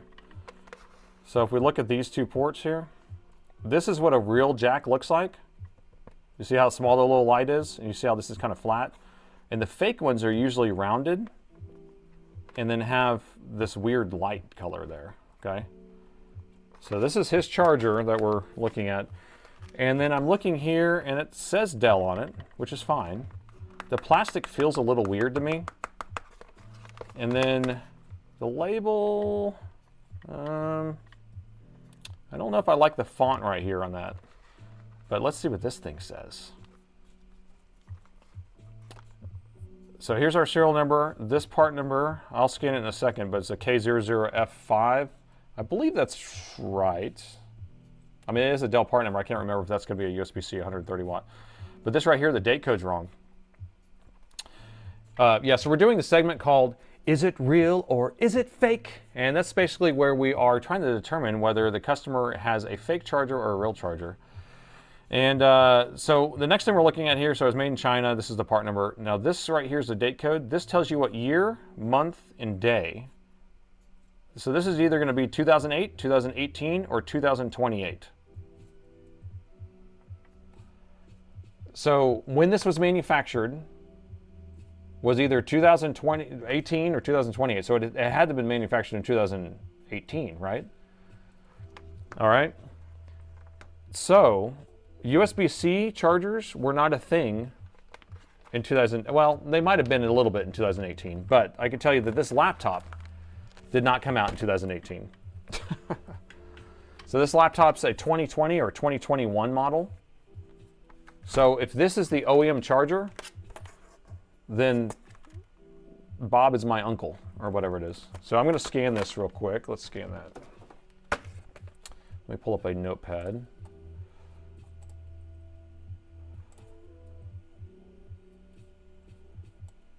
So let's scan the serial number together, shall we? All right, so you remember what the number was? I'll give you another eyeball at it before we do it. So that's what the number is. So it should say CN0, no dashes should be in there. So it should say CN0, K005, blah, blah, blah, blah. And it should end with the CMVP, blah, blah, blah. So that's what we were trying to match inside of here. Okay, here we go. ZMBP K05. So that does look like it's matching. So we have that, that. So it did match, which is very rare for fake ones, by the way. I don't know who is the fake master. Whoever's the master of out there going, all right, we're going to fake this thing. Let's make it exactly the same, except we won't even like do little details like, you know, put the right serial number inside the barcode. But that is right. That's the right type of barcode. 2018 didn't have USB-C. Oh, well, 130 watt USB-C. Dell wasn't shipping all complete USB-C laptops at that time. This laptop definitely came out later than that. So that's the other thing. I'm going to scan this into my website real quick. I just want to see what comes up. And it comes up as the right part number, so I don't know. It's suspect. I say it's probably no good, but Bob is not my uncle. I'm probably going to say it's fake, but what do I know? What do I know? The date code really, and then the tip makes me suspicious of it. Okay, so here we go. So we're going to start out by seeing if this thing powers on. They said that there's no signs of life, I'm assuming. Did they say it was no power or what? Old laptop brick. I'm going to use my power brick. I always work with mine, and then we test with theirs later. So I have mine wired up here. We can pull up the meter. Boom, it's up there in the corner right there. So now you can pay attention to it. So I'm going to open the lid, and we're going to press the power button without it plugged in first. I just want to see if we're getting a keyboard light or anything like that. I'm not seeing anything. And so now we will plug it in, and we're just going to pay attention to voltages here. So I got the first one. We did 20 volts, and then it went 0.05, and we got the screen to flash on for a second, actually.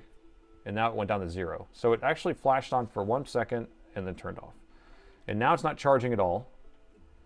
So it's running on the battery. So we have it at 20 volts. We have the charger plugged in, but it's not pulling any current. So it tried to pull current for a second, then stopped pulling current. And the machine is trying to start up or whatever. I'm going to move to another port. 3 amps, 4 amps, shut off. 1.4 amps, shut off. I'm not going to move this thing. Now it's down to 0 again. Do you see that? It's not pulling any current, but the machine's on. So that means it's running on battery. Battery's at 1%. Let's see if I can hold it in a different position. That's not working. Okay. And there's a line in the screen. That's not just a divider here. That's actually a line. So we'll have to make note of that. Plug it in this side, see if it does the same thing. 20 volts for a second, shuts off, 1.4, 2 amps, 3 amps, 2 amps. Okay, and it says we're charging. Now we're up to 4 amps and it's actually staying on. Let me see if I can wiggle this. So this is kind of janky. Kind of feels janky, but I don't know. Whatever floats your boat. So we'll move over to the last port. There's 4 ports on this one. And it looks like they have it set where the brightness is up whenever you have it plugged in, or the opposite. Here, I'll just brighten it up. There you go. It says it's charging, and this one's working pretty good. So both of these ports seem to be doing the exact same symptom where it kind of comes on for a second, shuts off. I'm thinking PD controller, most likely. PD stands for power delivery, so these laptops use USB-C, and the charger will communicate with the PD controller chip on the motherboard. Start at 5 volts, jump up to 20 volts, and then, or it negotiates 20 volts and then starts pulling some current. So that's what we're looking at whenever we see it start out at 5 volts and then jump to 20. Now it's pulling 2.2. It goes down to 0. It should come back on 1.6, 2.2. Let's see if it shuts back off rising as a 4, because that's what it's doing. Ryzen starts charging, it was shutting off. So it's at 4, it's actually staying on now. So I'm going to wiggle it. I mean, it's pure jank though. This thing is like, I mean, why is it working now? Like a second ago it wasn't working. Even I can't figure this one out. Yeah. All right, we're gonna move to this last one again, see if it does that exact same thing. Because when it goes down to 0 after it tries to start charging, I've seen that whenever it's having an issue with the battery. Repairman magic, right? Where it's like it wasn't working and then now it's working magically. USB-C was, well, USB-C was introduced in 2014. Bob, you want to check if USB-C PD delivery inside laptops, power delivery, was invented in 2014? Because I know that Dell had some laptops in 2017 is when they started putting USB-C ports that actually would take PD, but that wasn't the primary charge. They still had a barrel jack. All right, so it's at 1%. I'm going to boot into diagnostics. That will be a lot easier for us to see.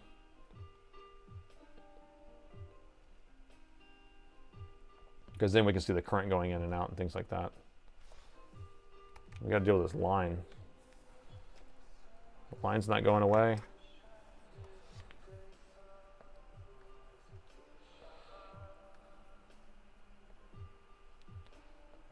Okay, so we're at 1% still. It has 1100 milliamps going into the battery.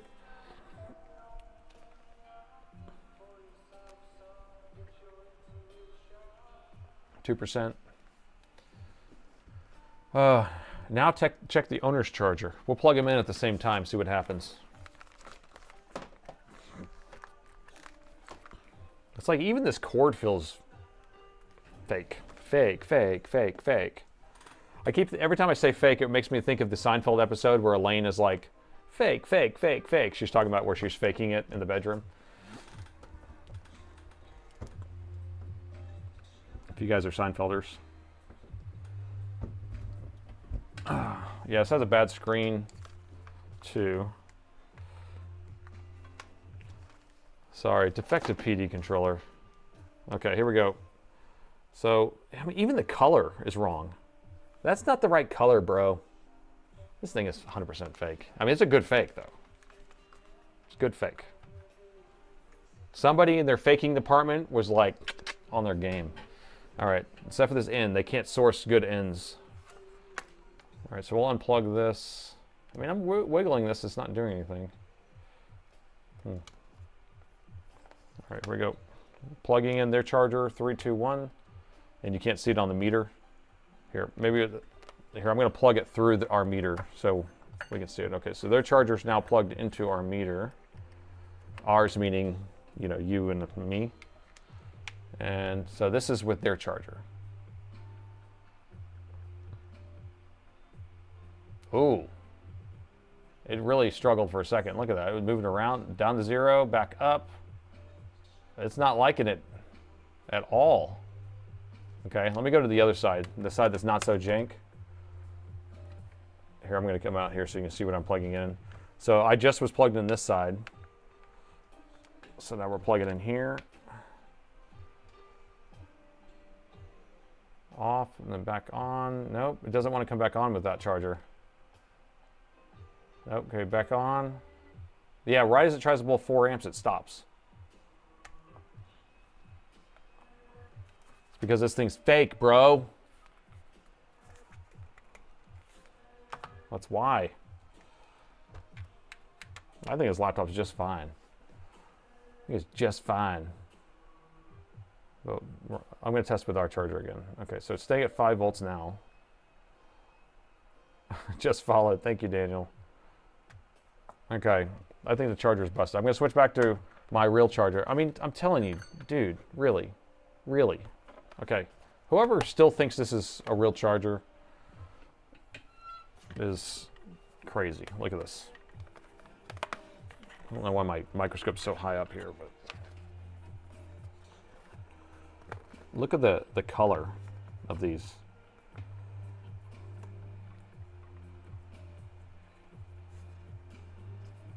Look, they didn't put it in the center.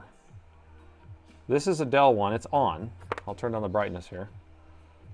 It's on.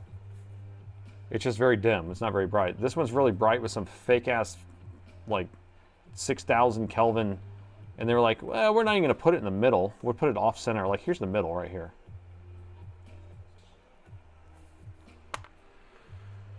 Yeah, bad brick, I think. I diagnosed another laptop. All right, we'll go back to my charger. COVID supply change. All right, so my charger again. Okay, 20 volts.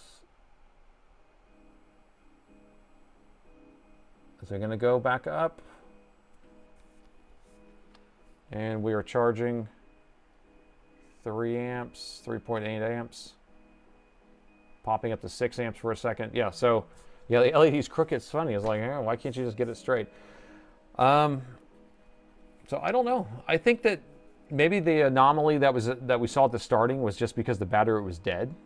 And so it kept trying to kind of wake up the battery. And so maybe it was acting a little strange until it got 1% and then it was fine. So cost of charger, diagnostic fee, done. Yep. And diagnostic fee includes the return shipping. So it's not like a, so, and can we pinch the line? The line's not going away by pinching it. And it's not going away by twisting it. So I guess we can replace the screen while it's here if they want to.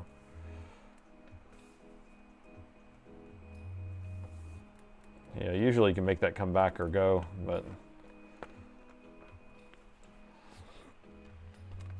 your last 4 repairs are all caused by dead batteries. Oh gosh. All right, so that was boring. Did I make everyone leave? Because it was so boring? Nah. Oh, maybe metric volts. All right, what are we doing? What's the last one? Okay, should we stay or should we go? We got one more if we want. Or we can work on that machine that I can't fix. I need everyone's help.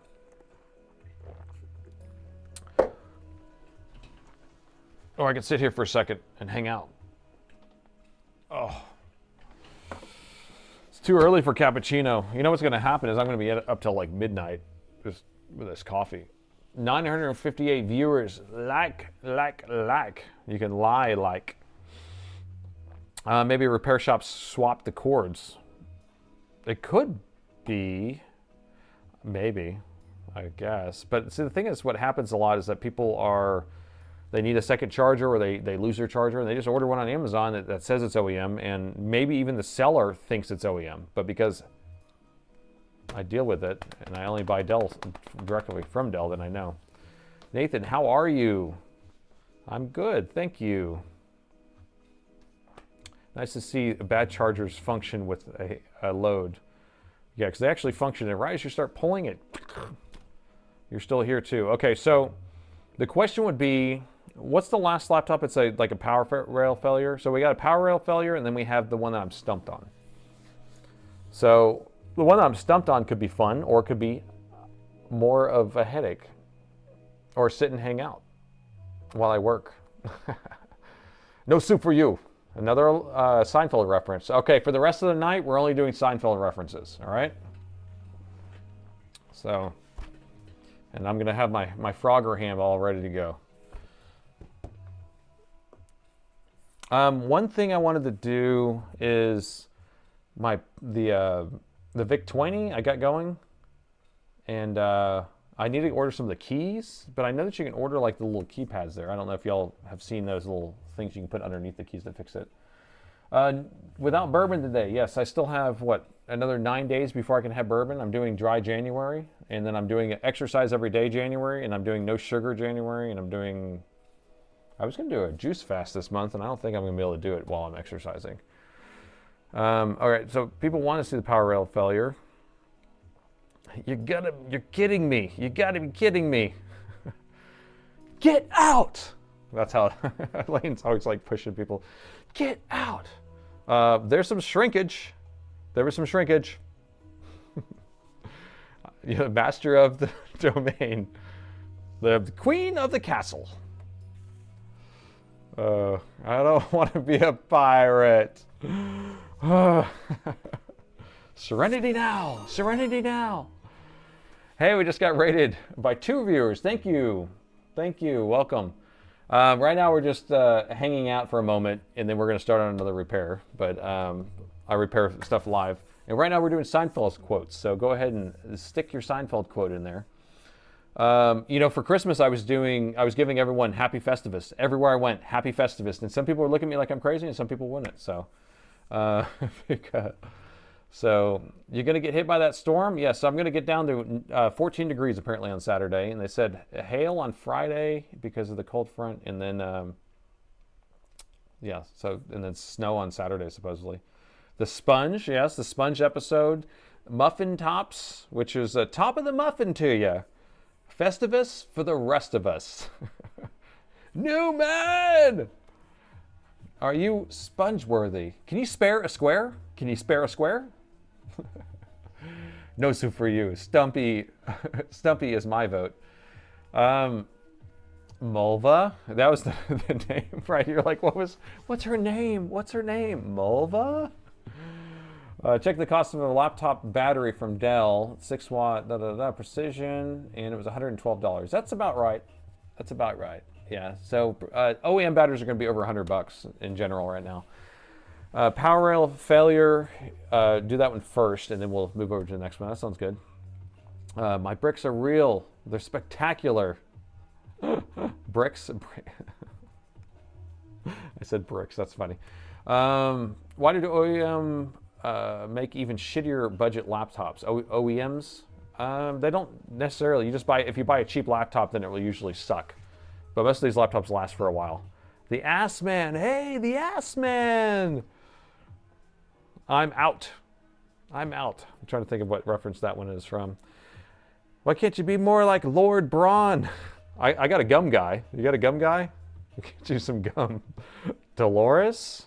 Dolores was her really name. Dolores! Not Mulva, sorry. Just, it rhymes with clitoris. I knew it. Oh, gosh. You guys are coming out with all of them.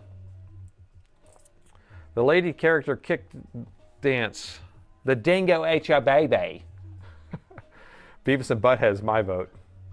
Oh, the kick dance from Elaine. Right? Oh, gosh. I'm busting. Jerry, I'm busting. I'm just busting. Cheap computers are be cheap. Is that the when they were doing the selling computers?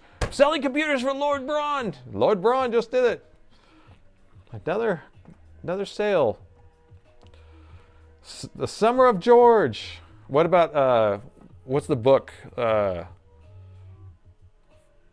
that he didn't return to the library. Oh my gosh, I had a building inspector when I was working and doing remodeling of my house. I had a building inspector come in who was the bookman guy, the guy who was like doing the library detective. He was literally like that, but for doing my inspection on my remodel. So he was coming in and be like, that right there is not the right size. And he's like walking around, he's like hitting the ceiling with his head, and he's like hitting the walls and doing all this different stuff because it literally reminded me of that. Let's see. I love the King of Queens. Kramer, the pimp dress walk. And he's like, yes, the Kramer. You never watched the show? Dave never watched the show, man. Dave Be Fun didn't watch the show. All right, George's under the desk. Oh, under the bed under his desk. That's nice. What about George eating the sandwich while having sex while watching TV? The trifecta. The trifecta. Okay, all right. The coffee table book.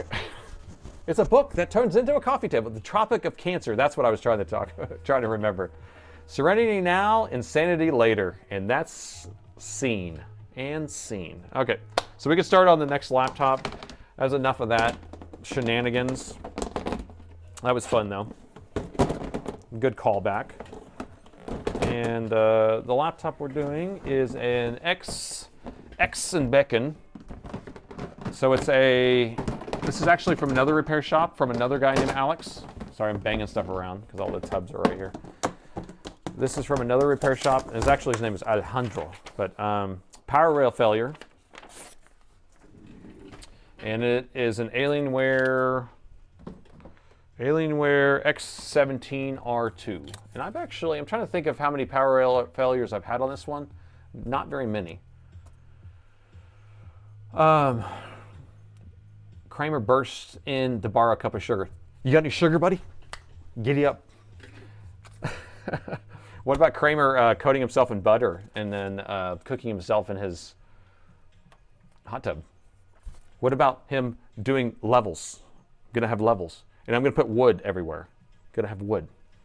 Okay, I need to stop because I'm just encouraging you guys to say more. So power rail failure. This was a local that brought it in, so I actually wrote this note. So I did see that it does a power rail failure code. And I'm gonna have to take his repair ticket off of here. Let me see. See if I can take this off so you guys can't see his ticket information. I can't. Okay, let me cover this up. Again, this has customer information because it came from a repair shop. So let's see.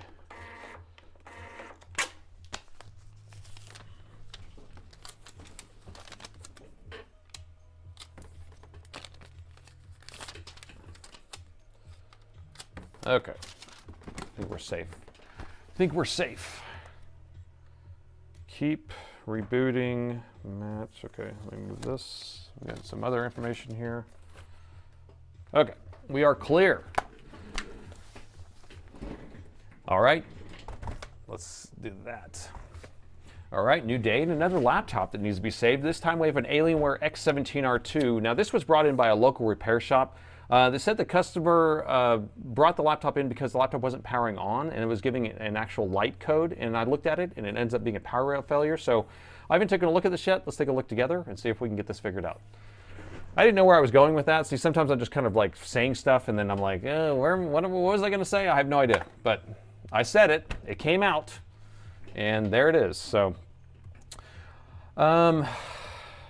So this repair shop's brought me a bunch of different stuff. He's actually the one who brought me the $4,000 laptop where the customer ripped off all the stuff on the board. So he brought me that one. He also brought me the Alienware where their tech accidentally like shorted out something on the board and ended up like blowing out some parts. But anyway, let's just see what it does. I'm going to open the lid, hit the power button, and let's pull up that. We don't have any screws in our bowl here because we didn't even have to open the other one.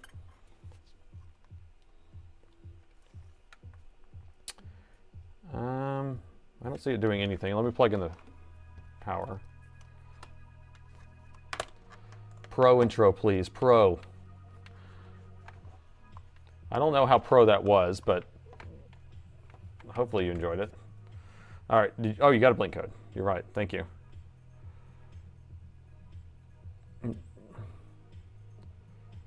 So 1, 2, 3, 1, 2, 3, 4, 5. All right, so there you go. 3 blue or 3 red, 5 blue. And we'll look that up in case people don't really understand what that means. Let me show you.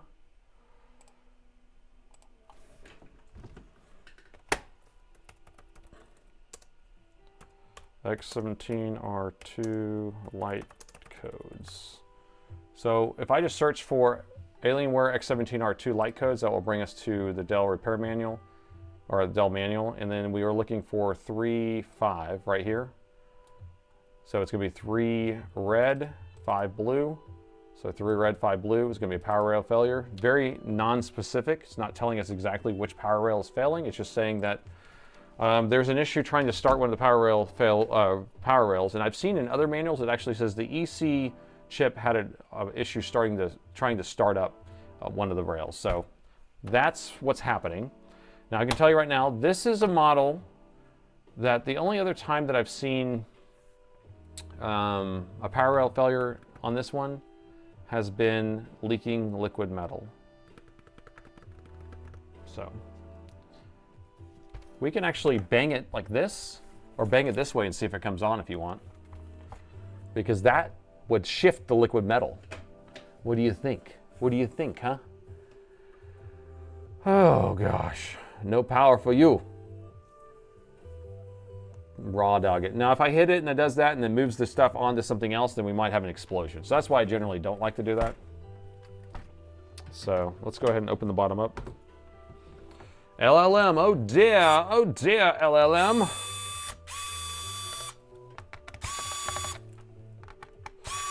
So I got my big screwdriver out today.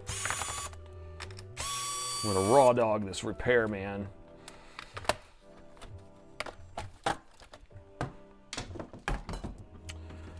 All right, and the bottom is off. And let's see how much money we have in this RAM slot. We have 8 gigs, so we have 16 gigs of RAM, so not too much money right here. Not too much gold. I'm gonna go ahead and unplug the battery. We don't need that involved in this. So whenever we have a power rail failure, that means that the main power rail is gonna be coming up. It just means that a different power rail that's trying to start up is not being able to start up, okay? So it's usually gonna be a lower power rail, a 3 volt, or a 5 volt, a 3.3 and a 5 volt, sometimes a 1.8. But we got the smell test. We'll just do a little nose around here.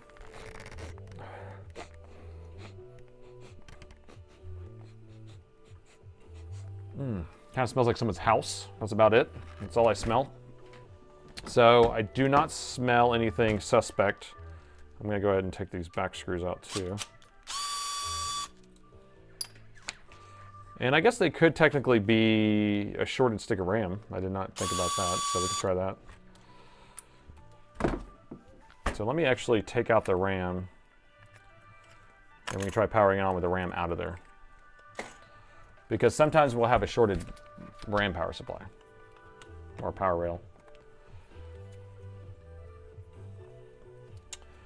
I don't have the battery plugged in. This is just pulling straight out of the charger, and we're not getting past 90 milliamps.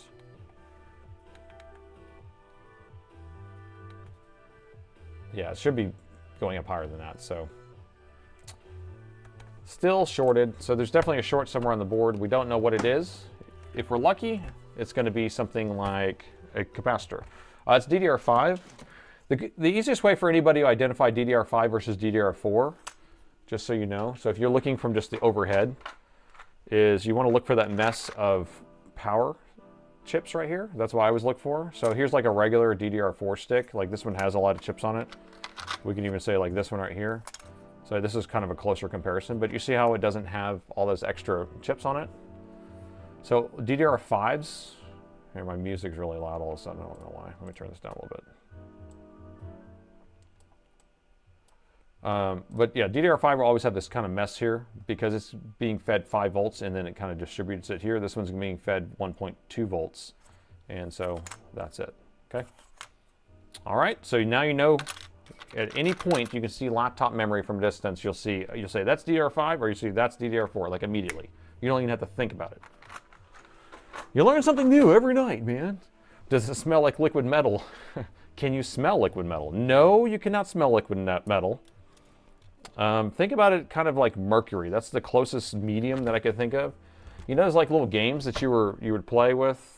I don't know, how old are you guys? I mean, when I was a kid, they had these little games that were like little mazes and stuff, and you would have like a ball of mercury in there. It probably wasn't even mercury. It probably was gallium for all I know. But yeah, you go like that. That's what it was. That's basically what liquid metal is like. So you got 70-year-old there. So 70 definitely would have seen that. Rocket 64 gigas and your X17R2. Nice. Okay, got the back off. So let's just take a quick gander on this side, and then we will end up pulling the board out probably, because that's what we end up having to do. You had some of those toys in the 70s, prime 70s toys. Yeah, and I always got leftover toys. When you grow up poor, you only get what you can get, right? We had a lot of yard sale stuff and a lot of stuff from Goodwill. Those are our prime places of getting toys. Okay.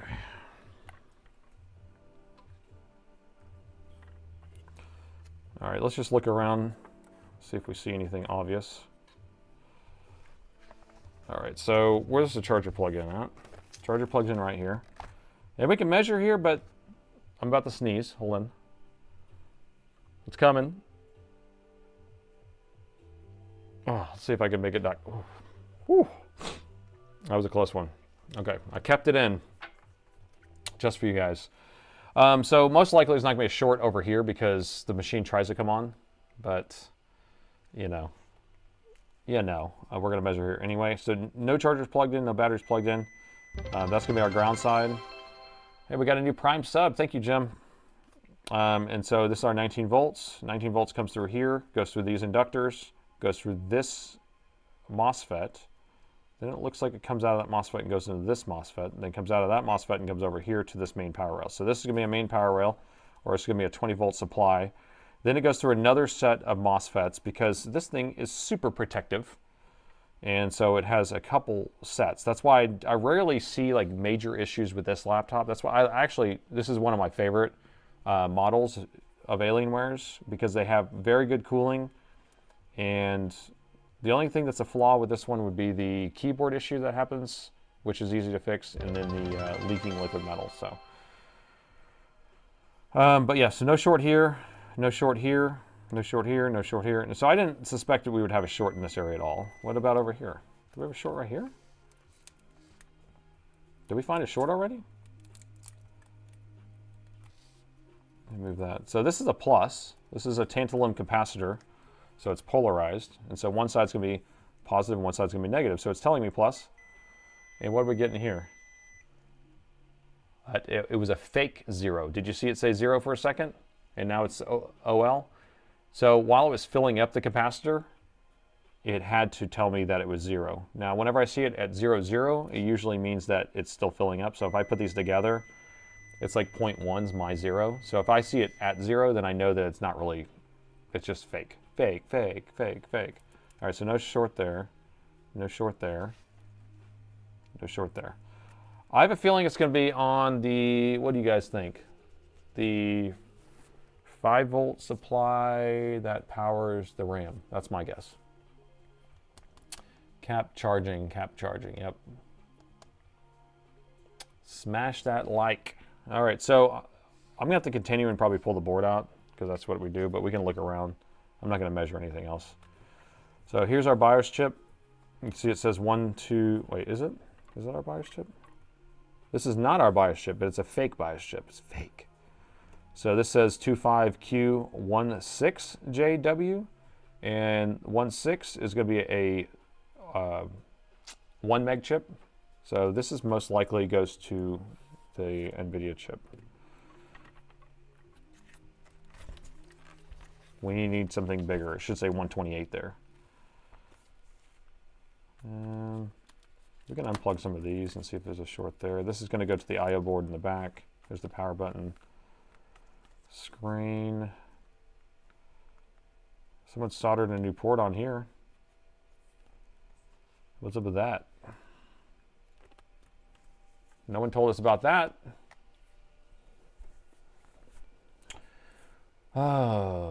Goodwill is trying to offset eBay sellers by buying cheap stuff from them. Really? I've never heard of that. Hold your finger flat against the bottom of your nose to stop the sneeze. I haven't heard of that one. I'm actually pretty good at like keeping my sneeze in. If I need to squeeze my nose, my head will kind of explode, but it doesn't come out. So this has been soldered before, people. What's up with that? What's up with that?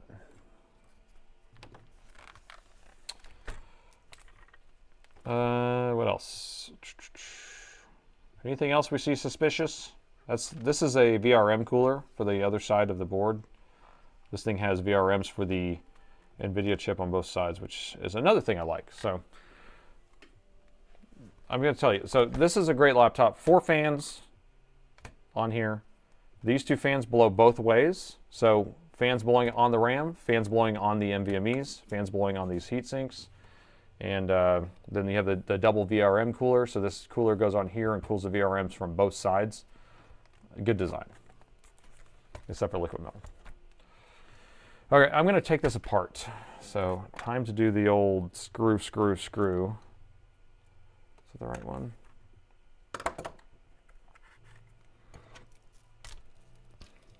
Lead Farmer is always right. Is that a shirt that you're making? Yeah, Lead Farmer is definitely one of the more knowledgeable people in here. Looks a little bit messy. I mean, it's not the worst. I don't really understand, like maybe it was just loose, but I assume we might have an issue over there. But they didn't give us any information about this, because this is the repair shop that brought it in. He doesn't know anything about this because he would have told me about it. You can break your face by holding it back. And I've done that where I feel like my head's about to explode. It was like putting a grenade in a box or something. I don't know. And this has been apart before too. I can feel that it's been off. Everything's a clue. You need to take it out first. So we can look at both sides.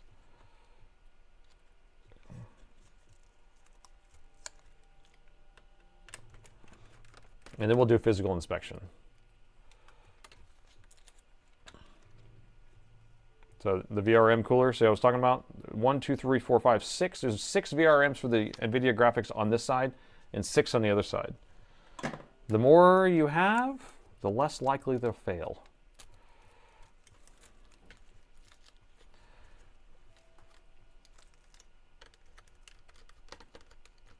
Oh, I didn't tell you that you didn't do a solder, wait. I can tell you that you didn't do that solder job. I mean, sometimes some of my solder jobs don't end up looking that good, which is funny because, I mean, I spent some time on it, but it's like, sometimes it's just hard to get it perfect. Looks like you left some flux behind. Yeah, I've sat there and scrubbed the flux before. You really, some of the flux doesn't want to come off. Like the Omega stuff is actually pretty hard to clean. The Black Horse stuff. Like it cleans up, but it will leave like the sticky residue still. And so I did not mark these. So you really have to put it through a ultrasonic cleaner, which is kind of a pain to do. I need to mark my drives here. 2 dots on the back because it's in slot number 2.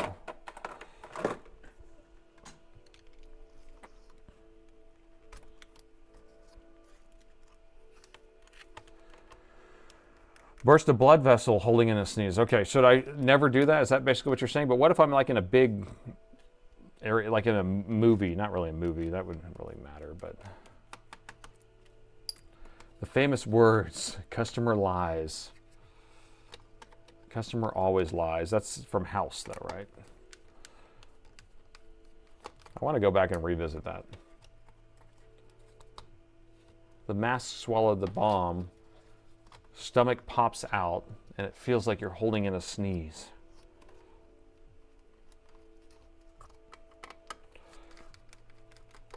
Don't hold your nose, just the bridge of your top of your nose. So like this. Oh yeah, I can see that working.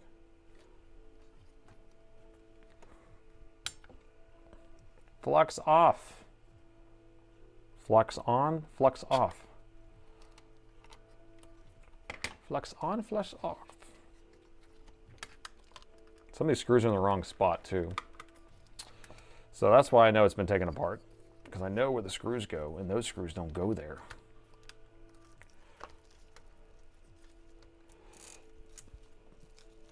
Sneeze into your shirt to filter it.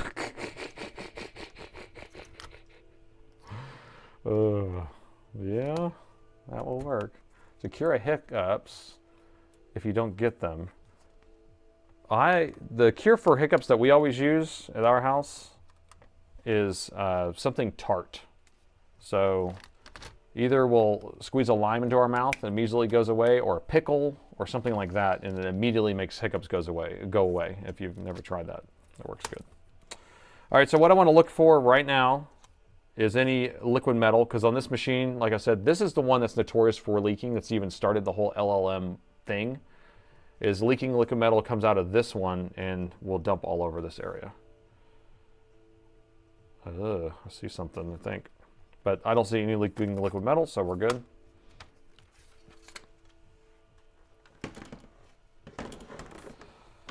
But what is this? What's there? What's that? Someone's worked on this board.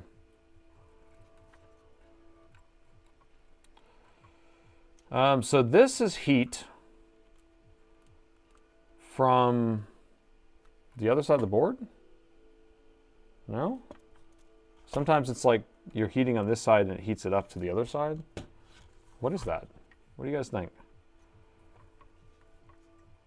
Or the chip itself that's underneath it's making it do that?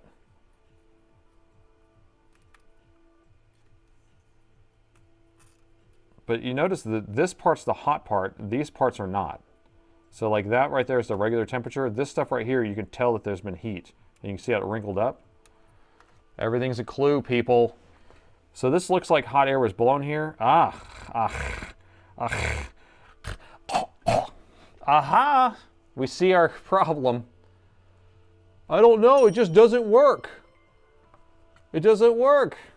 Thanks for your tip. I fixed your BIOS. Hey, awesome. Good job. I'm glad. Well, speaking of BIOSes, speaking of Beyonce, I like that. Whoever came up with that last week, more than one BIOS is a Beyonce. Anyway, so we're like, what is going on right here? This BIOS chip's been messed with. Somebody's been messing with my BIOS. What about this solder ball that's just sitting right here? What should we do with that? Should we save it for later? Maybe I need that solder ball. So let's see if all this is installed properly. Is this regulation? So here's a line, not regulation. It's weird. Pin 1's here. Where's my pin 1 dot? It's not even on here. Unless I'm missing it.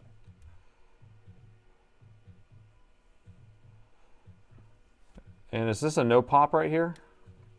Let me grab our test board. Oh gosh. And there's pads ripped too. Where's the pads? Oh God, my back is hurting.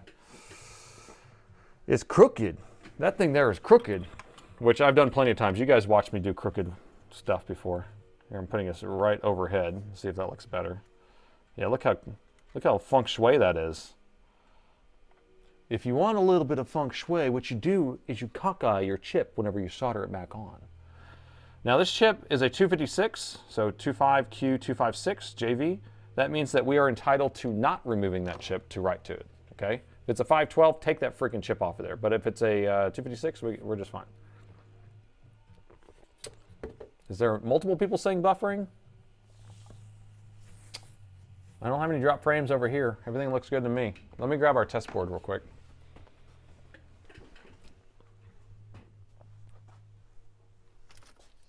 That's an R2, which would be this board. So here's our R2. R2 motherboard right here. And so I just want to look at what the layout is of that. So here's the layout. And I was just trying to figure out if there was a chip here or not. And then we just have those two parts there. Looks fine. Looks fine. Nothing to see here. So what do you think?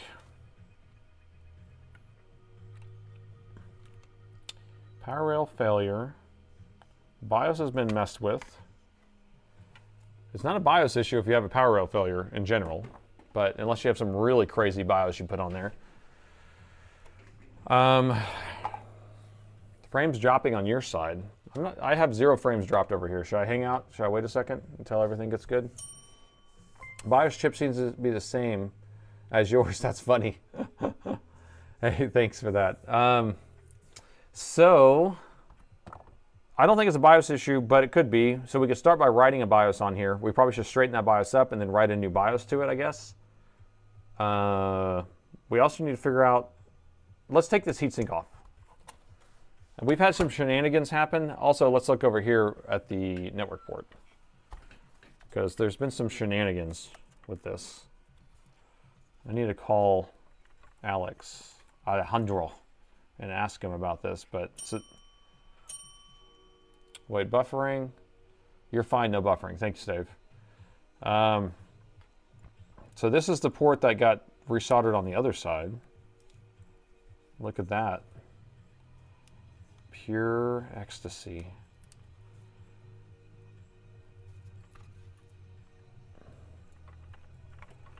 What in the wide world of sports here?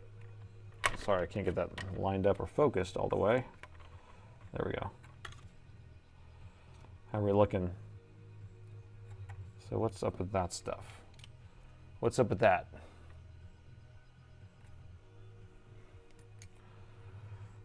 Is this burned? It could be burned because I was heating it so much.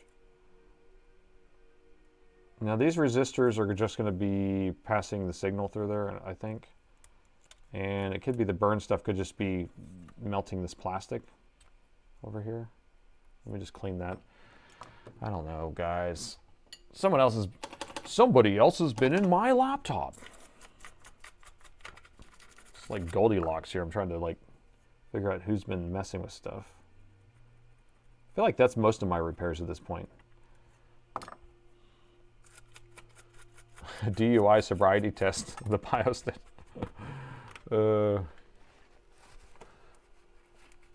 Okay. All right, that cleaned up nice, so nothing to see there. I mean, we can test it and make sure it's not blowed. 75 ohms. These should all be 75 ohm. I've replaced these recently, so I know that. 75. Rabbit hole we go! Come on, Alice, let's go down that rabbit hole. As long as we have some secret potion we can drink while we're doing it, that'd be nice.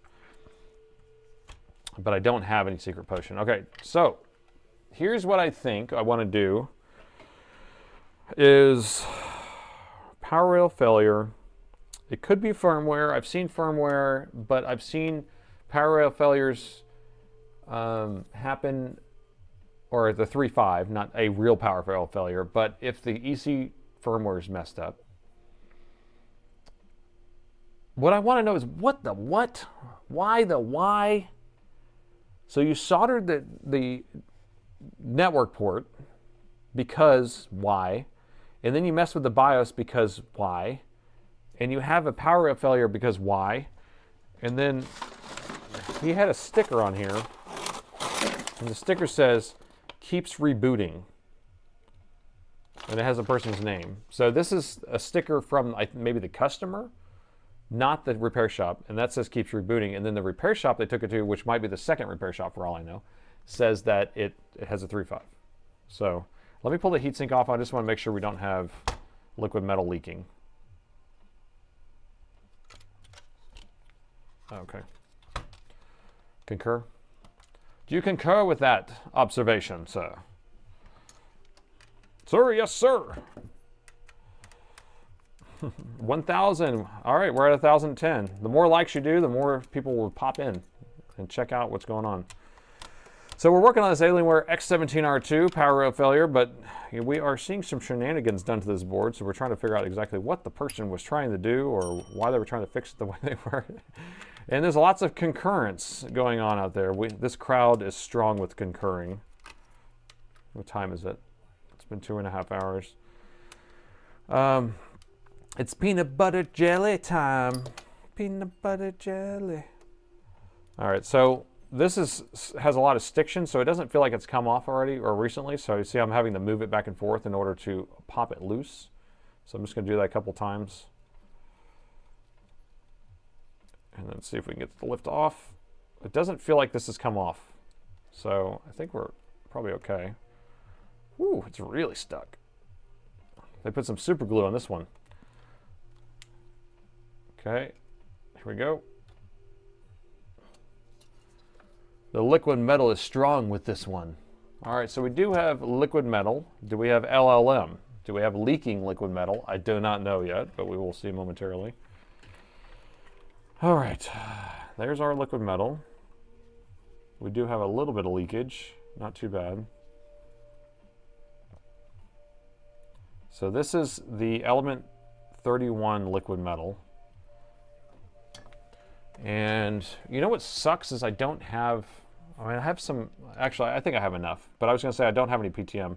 I have one little piece left until my other ones come in, but what we're looking at here, let me get some tweezers, some trash tweezers before I touch this here.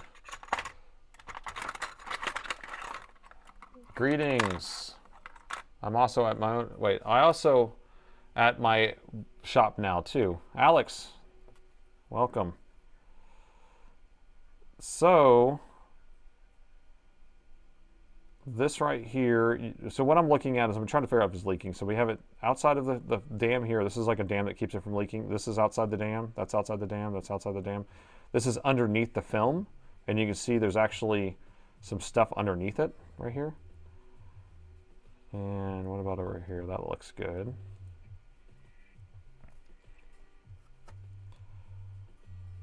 Over here.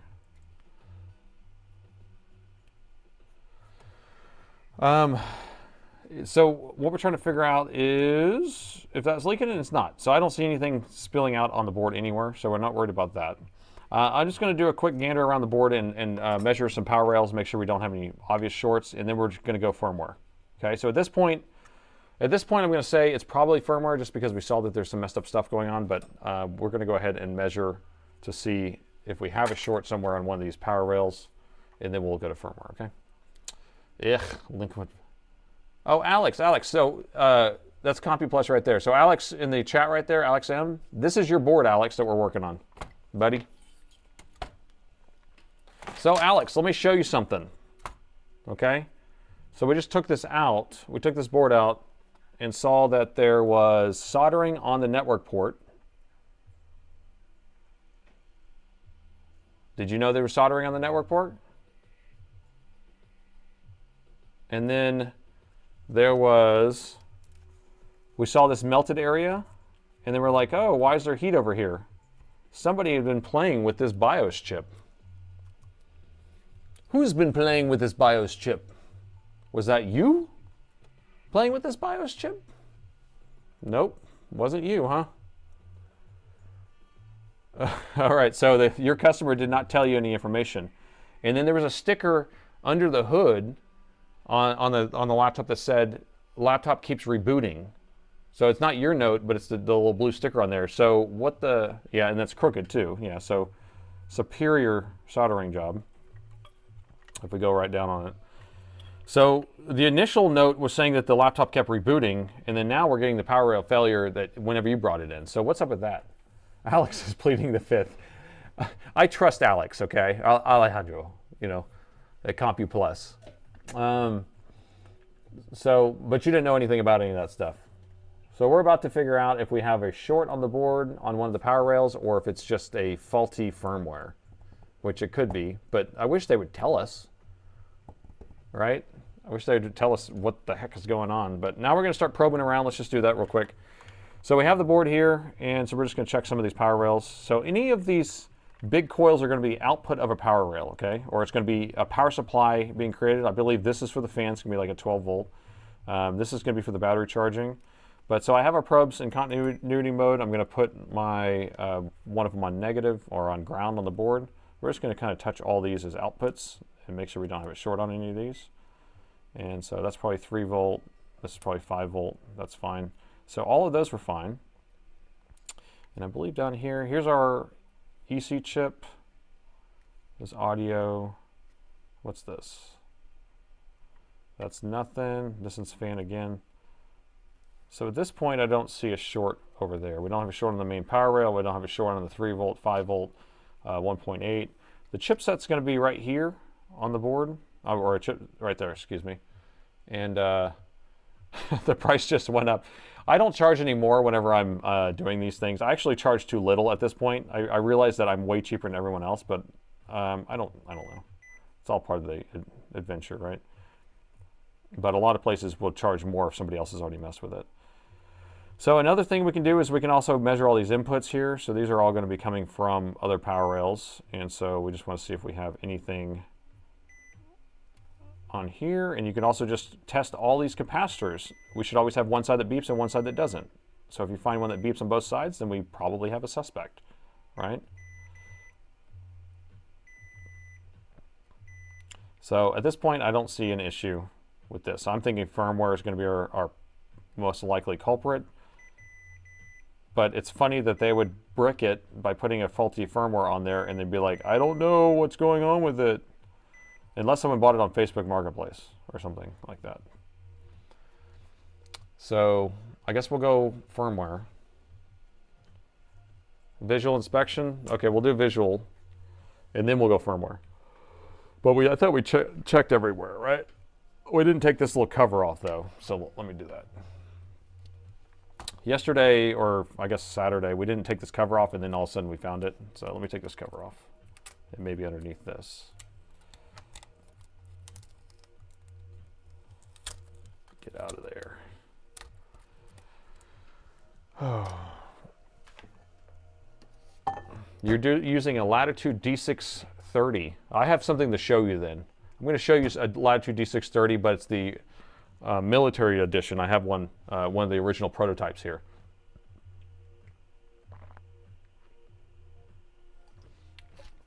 Check the underside of the melted area. That's what I was checking earlier. So here's the melted area. There's the BIOS chip. The melted area is right there. So if I just line that up, alien head, there's really nothing populated in this area. There's that other BIOS chip that we were looking at, which I think is for the GPU, I think that's what it's for. Yeah, it's an ATG or an XFR, I can't remember. I think it's the ATG, but it's the D630 but it's white, it's not black. Or it's like gray or whatever. It's made by Augmentics, I think. But yeah, let's just gander around real quick. Let's just look. I'm gonna go kind of quick, because we already did look around a pretty good amount. So we're just looking for anything cracked or obvious, different color. We haven't measured a short or anything already. And that should have kind of popped out at us.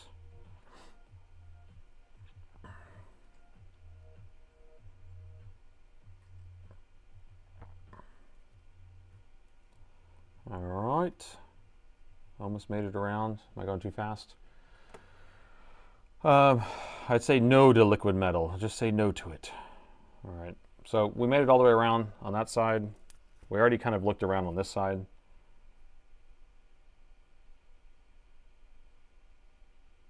That one's feng shuied, but sometimes that's a factory feng shui.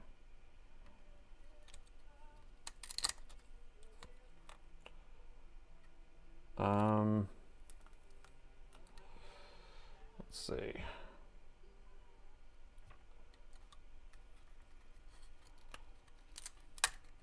Try to get this off here. Okay. All right, nothing in there. All right, so I'm pretty much done with going with firmware. I think that's what's going to happen. I don't understand why that was soldered. So, Alex, they didn't say they brought it to another repair shop before you, right? I don't know if you said that or not yet, but there's a little power button. All right, that's it.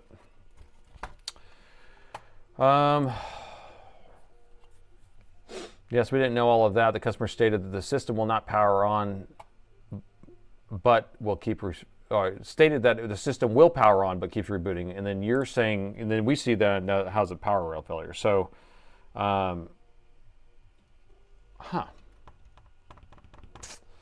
interesting. Okay. All right, so let's just do a BIOS flash real quick. So let's straighten this guy out, and then we're just going to read it straight on here. But I would like to fix the layout of that, if you don't mind. If you don't mind. Don't understand that what the melted plastic was. So the melted plastic was when they're blowing air right here, the heat was blowing right here and melted the plastic right there. That's why I have to peel the plastic out of the way, because heat will do it. So, or I make sure I blow my air that way. So they were probably blowing their air like this, and so they blew their air like that. If that makes sense. Concur on buffering. So we got some buffering going on, apparently. No buffering, please. Say no to buffering. No soup for you. All right, so I'm just going to straighten this out.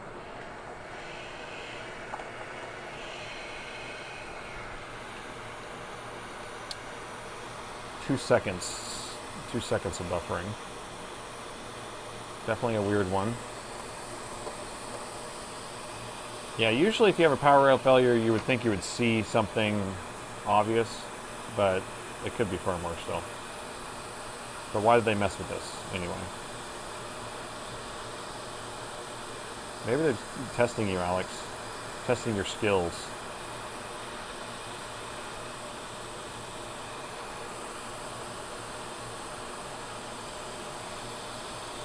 I don't know. I feel like this hot end, this is a new hot end on this hot air station, and I feel like it's just not as hot as the other one. I have another one, I need to change it out. No buffering, no buffering. No buffering. What the heck is going on with this?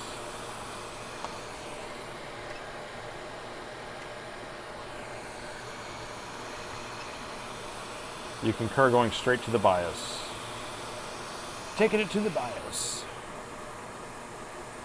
Put a little bit of that. This is NF Flux White, the white edition.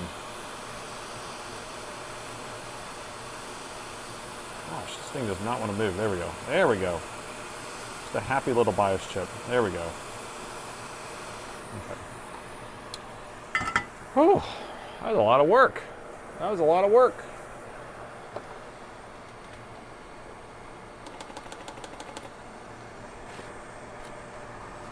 Okay.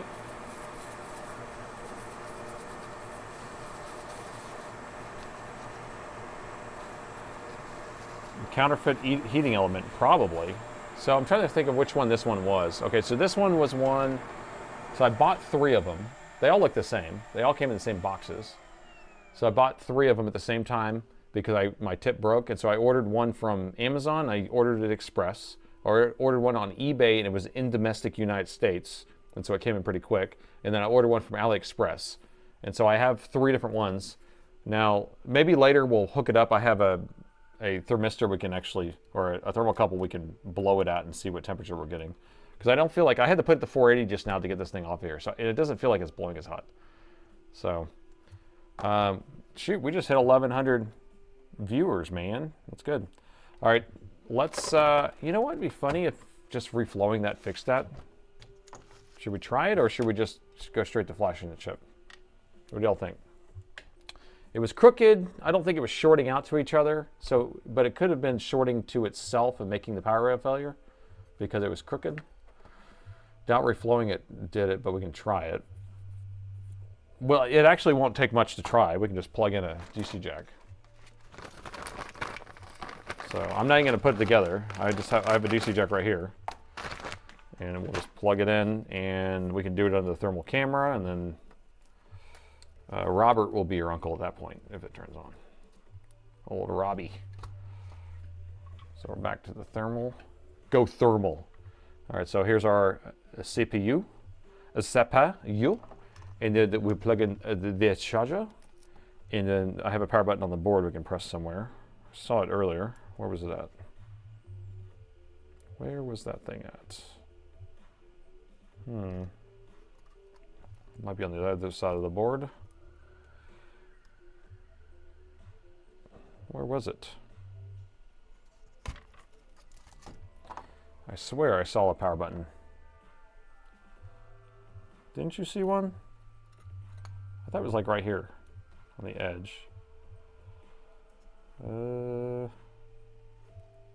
Dell's nice sometimes and it puts a little extra power button on there for us. Otherwise I have to short the send it. You guys are so funny when you're like, send it, man, send it, bro. Ah, there it is. Yeah. All right, so there's our power button I can press. Here, I'm just going to do it right now, and then we'll flip it over if we need to. So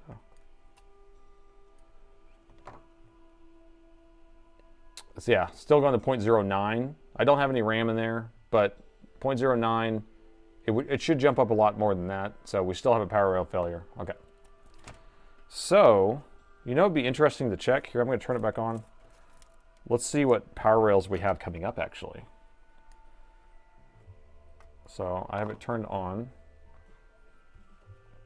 Right, 0.09. So we'll check to see if we have our 3 volt or 5 volt and our stuff like that. 3 volts there, 5 volts there. This should be 20 right here. Yep, this is our battery voltage, which we don't have a battery hooked up. This is our fan, we don't have a fan hooked up. And over here, where's our chipset? Might be this one, maybe? That one might be our chipset. Do we have our voltage on our BIOS chip? Do we have a shorted BIOS chip? We don't have voltage on our BIOS chip, so it can't be a... Oh, we do. Never mind. I spoke too soon. I was going to say, if there's no voltage on the BIOS chip, then it can't be a BIOS issue. Okay, we got some lurkers. Yeah, if you're lurking, type lurking. We need to get our Twitch view counts up, by the way. All right, so we're going to write a BIOS to this because everything else looks good. Oh, man. Oh, yeah, just type lurking. Type lurk. I should make a lurk command so you can do exclamation point lurk and then make it do something. Maybe I can have myself like kind of poke out from the side and be like, I'm just lurking, like that. Thank you for doing that, guys. And we got some first-time chatters and everything. That will help us out a lot. Lurking is coming through. All right, let's do a BIOS flash. Who hasn't done a BIOS flash lately? I did 2 today, I think. All right, so let's pull up our BIOS flash menu here. Let me get it all lined up.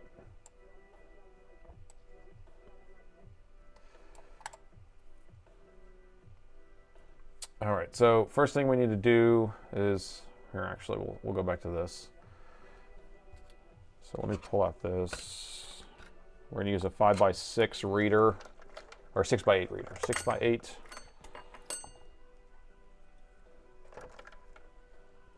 So Pogo pen, it kind of has little pins that come out. This actually has the shape of the chip, which is nice. These links are inside the video description. Same for this programmer here. And we're going to hook it on here. And so the chip that we're reading is going to be a 6x8 size chip. And we can look here. And so what we're going to do is just back up their contents first, even though it's probably trash. And let's see. So my pin 1's right there, pin 1's over there. Line that up like this. Okay, what is it, JV? Q256JV, okay. Don't flash it public. What'd you say? Don't flash it. Okay, now I'm getting it. That was so rudimentary that I couldn't even get it. Don't flash in public. It's rude. All right, so we're going to pull up our programmer software, and we're going to detect it. Detect. And we said it was a Q256JV. It's a WSON. Select. We're going to go ahead and read the contents. And at this point, this is whenever I should stop talking. Actually, when I program, because when I read it, it's not that big of a deal. But whenever I'm programming, I can't really talk or laugh. You definitely don't want to make me laugh, because then it will start over. And so after you read it, you're going to verify it. So you're basically downloading it again. See, whenever people do that, shh. Remember, no talking. I can't talk or else. All right, so that we're good. So I backed it up. It verified it also, so you can see there's actually data in the buffer here. So I'm just going to save this off. And we will save it into the customer backup folder, where I have like 1 bajillion backups here. So this is an Alienware X17R2. All right, the repair number though, 26507. All right, and then we're going to save it off as an original, so we can always go back to this if we need to, in case their BitLocker key is tied to it or something. Okay, all right. So the next question is, do you want me to just flash one that I already have made, or do you want me to make one? Because making one's a lot bigger process than just flashing it. So, because I can just flash it right now. I have one. I already have an X17R2 made, I think. That's already ready to go. I can just stick it on there and be done with it. Let me verify that, actually. But I'm pretty sure X17R2, because I made one the other day. Clean. No, wait. Let's see. Me injected. Oh, no, maybe I don't have one made. Huh. Well, I take that back. We might have to make one.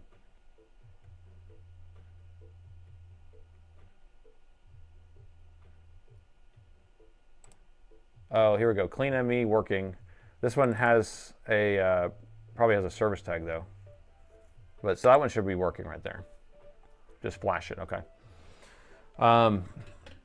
So instead of making one, but kind of the gist is the BIOS is made up of multiple regions, and you're going to have this one region called the ME region, or the management engine, and that's going to be tied to the chipset itself. And if you take a BIOS just from another board that's working and you put it on here, it doesn't work. Okay, so you need to have it a clean ME, so it's going to be one that's kind of factory configured to that version. And so when you do it on, when it boots up for the first time, it actually will configure itself. So, so this one's already going to be ready to go to be put on any board.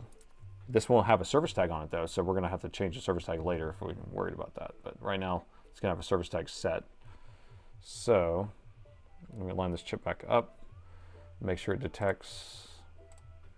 All right, and then we will program. And this is when I hold my breath, because I can't move.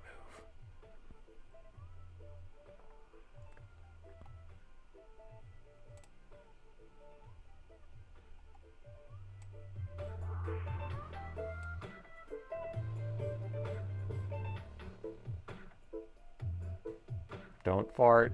You're killing me here. Oops, sorry. Photographers have decent exposure.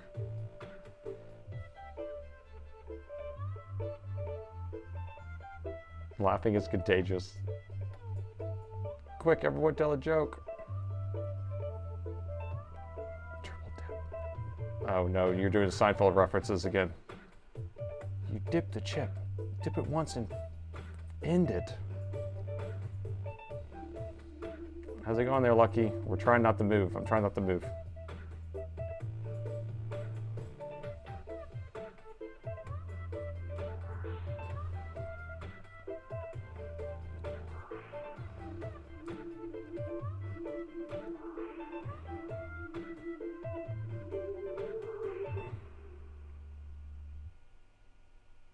I'm trying not to move. No! I'm a failure, man. I'm a failure. Okay, let's try it again.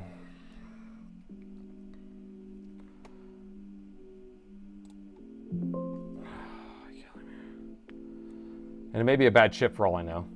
You want me to go all the way down to 15? Okay, I'll go down to 15. Lead knows what we're all doing here. He knows the MO. Clean the pins with alcohol.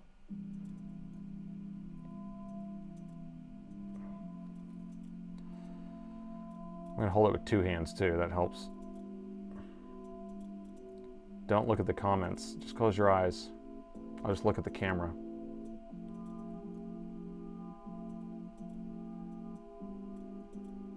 This music is giving me inspiration. Yeah, I'm two-fisting it right now.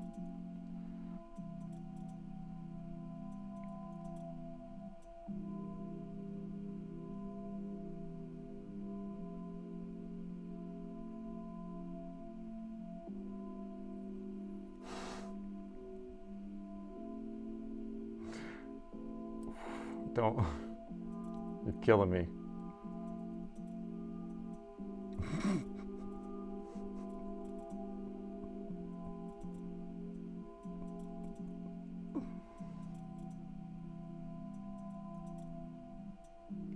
The bell doesn't show on here. I don't think. Maybe don't have it set up on this one.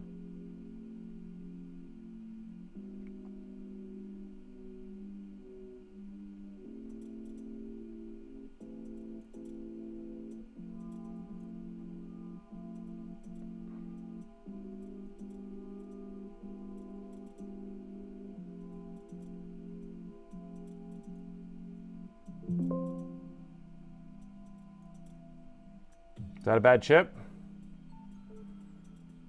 Because I didn't move. I think a chip has an issue. Let's put a new chip on there. Oh.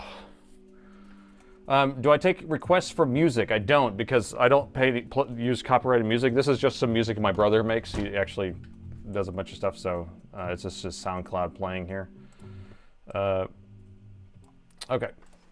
Because I need something to be able to be copyright free. All right, so let's pull this chip, let's put a new one on, and when we pull it, we can just use it in the, God damn. So we'll pull it off, throw it in the trash, light it on fire, whatever we're gonna do with it, and then we can put it in a chip reader when we do it. 256 JV. We can use any one we want. Eeny, meeny, miny, mo. Just pick a chip, don't you know? Let's see. I should have like a bucket of these chips at this point, but I usually just pull them off a board. That one has one. Let's see if it's the right chip though.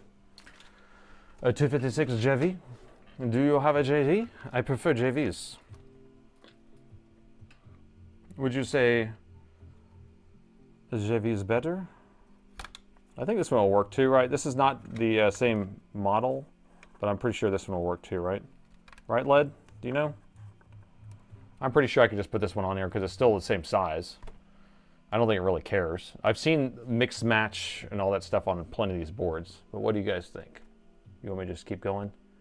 You don't hear any of the music there, Gordon? It's just in the background. I'm not playing it through the computer. I just have it on a speaker next to me. So that's why you can hear it. Sometimes it programs in the socket and sometimes it's not. AMD no descriptor. But yeah, so I was thinking this one, we can keep digging because it'll be quicker to be the right one. To be perfectly the right one. Oh, I don't have that many of those boards. Let's do these boards. Let's see, here we go. It's the same style of board basically. Can't see.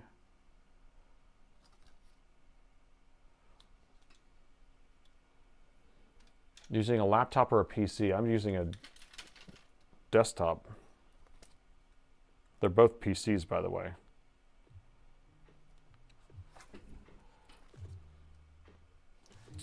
These are already missing BIOS chips, for gosh sakes. Give it a shot. I don't mind giving it a shot. Some people don't want me to give things a shot. They want me to just do it. They want me to be a doer, not a trier. Can you link us to your brother's SoundCloud again? Yeah, let me do that.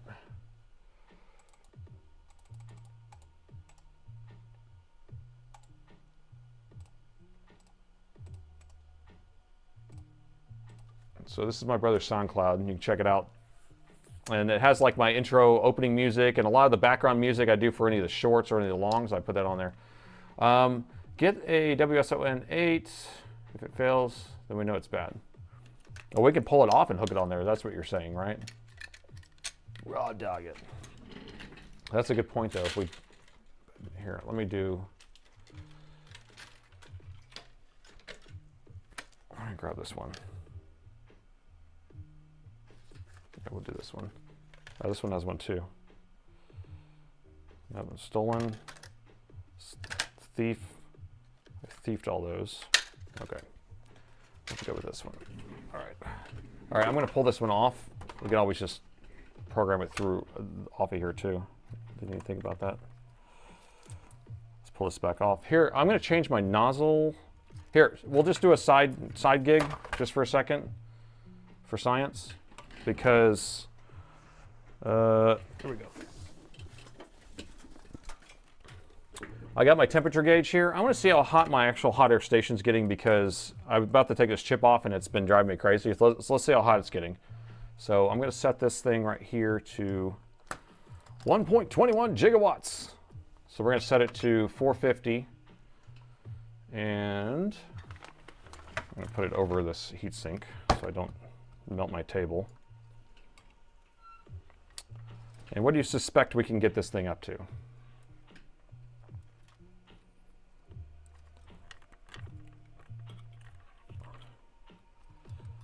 All right. So there we go. And then are y'all going to be able to see both things at the same time?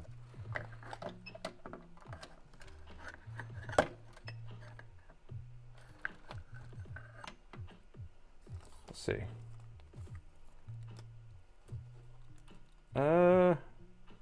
All right. You see that?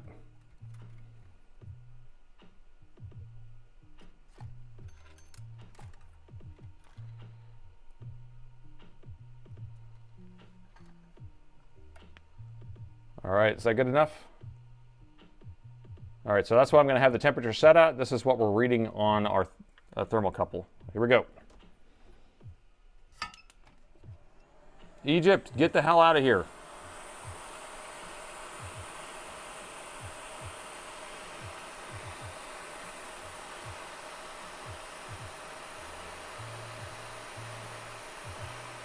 So I'm going to stick it right in the hole. 300. Ah, hold on.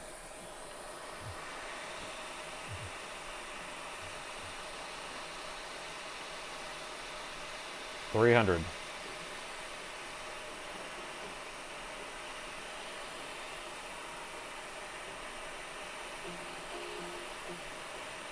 $327, $330, $335, $338. That's right in the hole. So, no good. Yeah, if you say one thing about politics, you're out of here, dude. All right, let's grab another hot end here. Let me grab a new one. Brand new hot end from, this one's from Amazon. So I'm gonna put this hot end on here real quick. Oh.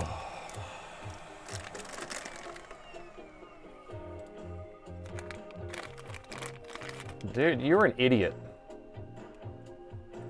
Encrypted data is an idiot. Freaking.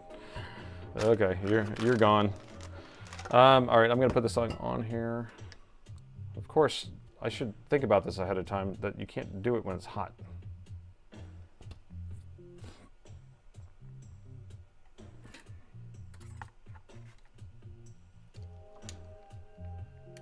I believe it's a bad coil. It's annoying because I just bought this freaking thing, you know?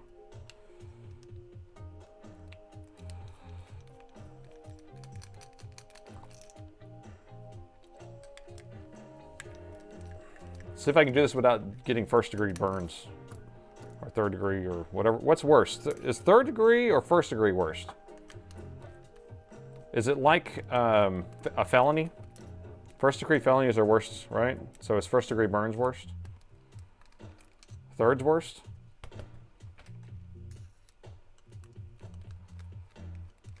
So why is first degree felonies worse, but then third degree burns are worse?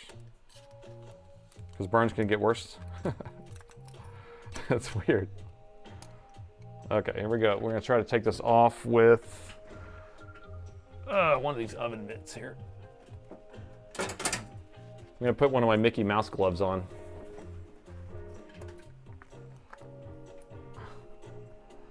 It melts through the skin at 3 layers. You sound like a doctor or something.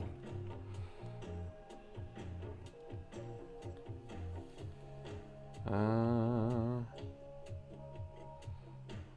right. Don't cross the streams.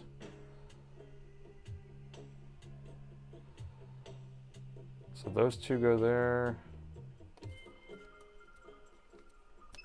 Oh, no. I really should do this with it off, right?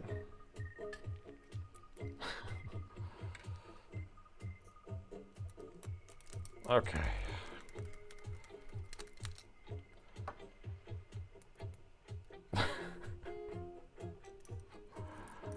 You should power it off. You should compare the resistance of the elements. Okay, I have another brand new one in the box. I'm gonna just get this one going and then we can compare to the other one. We got 1,189 people. Welcome. If this is your first stream, I do this twice a week where we fix motherboards live. And I don't look at them ahead of time, so I have no idea what the heck's going on. But right now we're trying to fix my hot air station because it ain't hot enough. Okay. And since you have 1,187 something people here, you need to like it. These gloves are ridiculous, by the way. Look at this.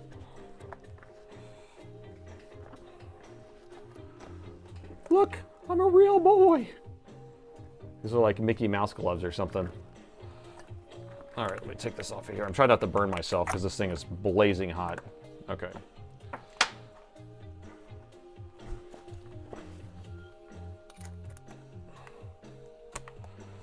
Okay, let's see. Now we need to do the temperature test, right?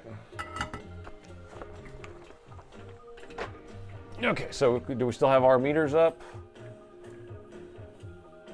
All right, there. Here we go. So 450.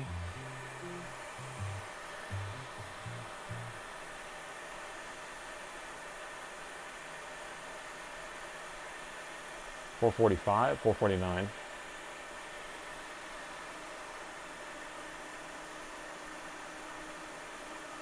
I have it in the hole, same temperature.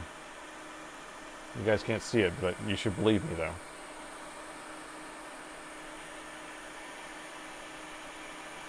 Same temperature. Does that mean my machine's messed up?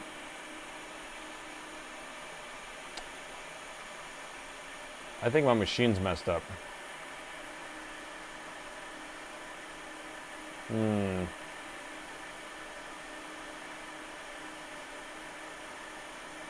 Okay, 338.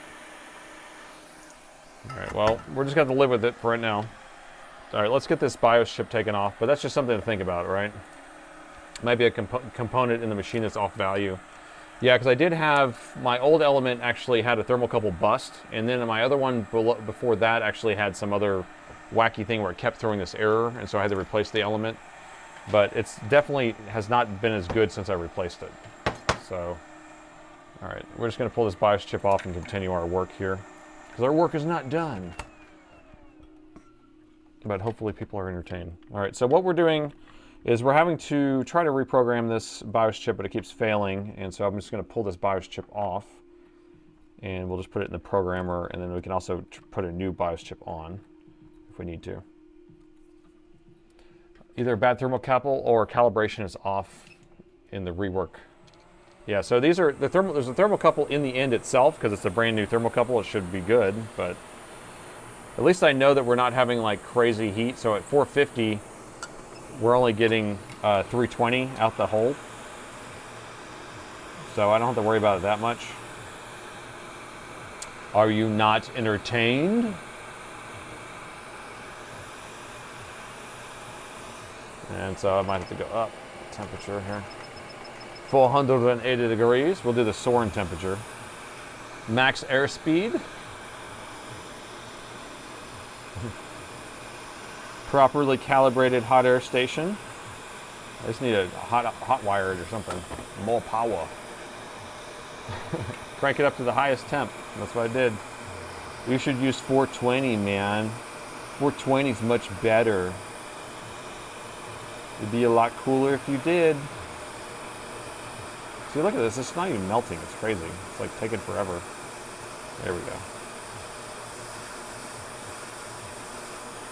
Come on.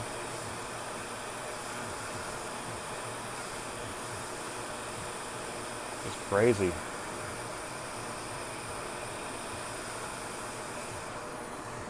Whew, that was a lot of work. I feel like I worked really hard to get that darn thing off of there. Fantastic. Oral-B's, fantastic. All right, so I'm going to put it in this chip reader. Let's just see if it programs successfully through the chip reader. Maybe it's just me just being silly. You guys made me laugh. I was laughing. I was keeping it in, but nevertheless, I was laughing.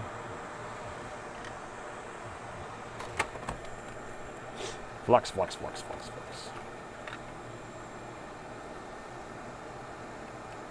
Okay, there we go. This will be, it's hands-free. Look, Mom, no hands. Okay. Let's see.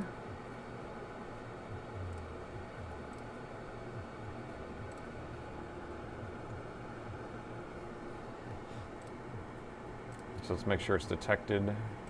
Oh, we still have this on. All right, we actually don't need to go slow that down if we don't want, because if we can just go full speed, just crank it to full. What model of hot air station do you have? I have the Atten ST862D, but I might be ordering another one just to have a backup anyway. Oh, flux, flux, flux. What did we get the likes up to on this stream on YouTube? What's it up to now? Well, I only got 65 viewers on Twitch. Everyone left. It's because I was talking about hot air stations. I guess maybe I should have my split view on here. Let's see. Is this a better view? I can't tell. The microscope up. No, that's not going to work because that view doesn't have all my other views on there. So we'll use that still. I guess I can put that up there. There you go. That's what we're looking for. There we go. Now it looks like I'm doing something. So if somebody stops by, they can see that there's something going on. So we are programming that chip successfully. We'll see if it makes it through here. All right, I didn't see how many likes we got up to. Twitch users are ADHD. Lurking, thank you. 1947 put his lurk in there, and our viewer count just already went back up from everyone saying that. 731. I want to get to 1,000 likes on this YouTube video. So if you haven't liked it yet, then do it. Have you liked the video yet? As a poll. It worked just fine. Maybe it's just me giggling. I'm a giggler. I shouldn't have been giggling. Hit like, it's free. That's right. So you can do a poll calling, have you liked the video yet? And then that will make it where everyone does it. Actually, I'll just do it on YouTube only.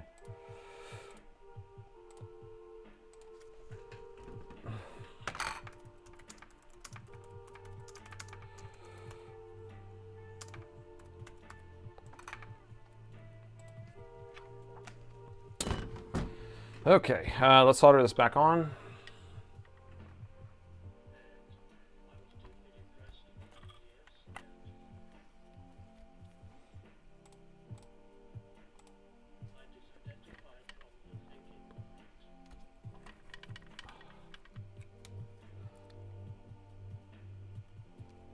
Okay. Like so. So this was the original one. I didn't end up switching it out. Nate's a likable guy. What can I say? What can I say? It's all that sarcasm, you know? And it's all the impressions and voices and callbacks to movies, and it's all that 6-7 talk. 1,200 viewers, man.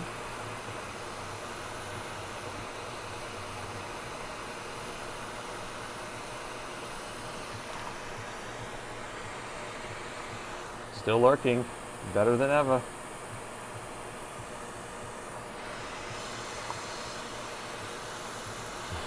Lotion. I'm using some lotion. Oh, this white stuff, the NF white. I mean, it works pretty good. I'm not too like mad at it. I don't like the smell. It doesn't smell like lotion though. This one doesn't. Let's up with that pen. It doesn't want to melt. Melt, pen, melt. There we go. It's crooked. Why are you crooked, man?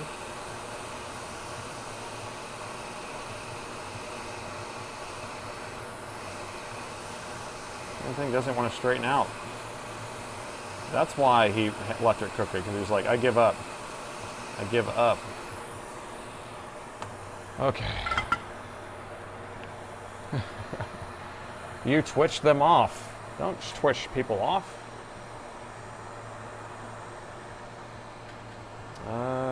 Toothbrush. Wear out thou toothbrush. Wow. 1,235.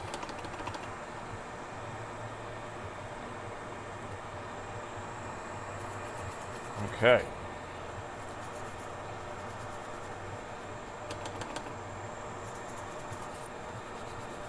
So we got a few people not voting, or people haven't voted yet, or put a like on the video at least, is what I mean.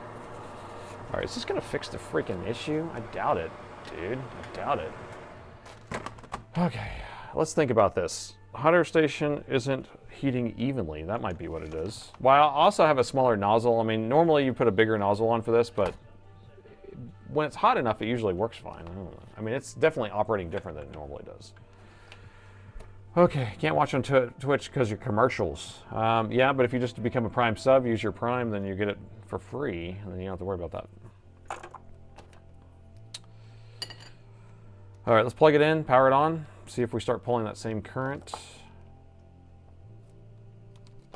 All right, 0.01. So I'm gonna press the power button.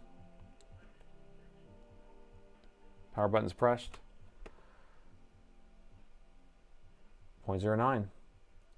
So BIOS is not it. It's not about the nozzle, it's how you use it. I thought you were going to say something really productive there to save me on that, but all right, so new BIOS did not do anything. If I can get this reflection out of here, then you'll be able to see exactly what I'm talking about. And it's actually kind of going up and down. So what is pulling that 0.09 then? I bet if we put it under the thermal camera, it will reveal its big self. But you see how it's moving around?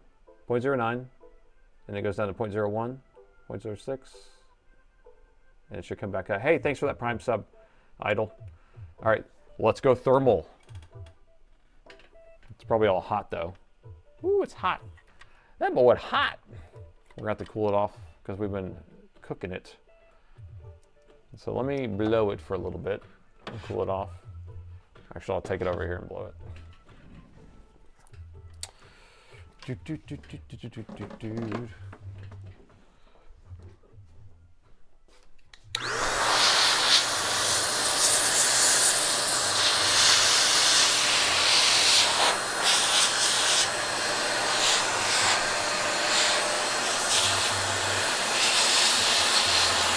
Just trying to cool the board off. Rapid cooling in progress. Rapid cooling successful. Hey, I cooled the board off, man. I did it. Okay. So let's look here. Going thermal. Whoo, it still looks hot. It's so hot. Look, it looks like a happy face. We take a screenshot of that. Look at that. It looks like someone's eyes and then the mouth, the sad mouth. But I'm so sad. What are you talking about? Huh? What do you mean? This is crazy. Why don't I want to turn on? What an idiot. Okay. Crocodile done day too. You call that a knife? When was your thermocouple verified? There's two of them on that same device and they both measure the same. So you need to drink some bourbon. All right, so I plugged it in. 0.1. I can't stop looking at this face. But what are you talking about? Huh? I'm getting loopy. All right, let me power it on. All right, it's powered on. Up, up, up. Oh, that's the EC chip.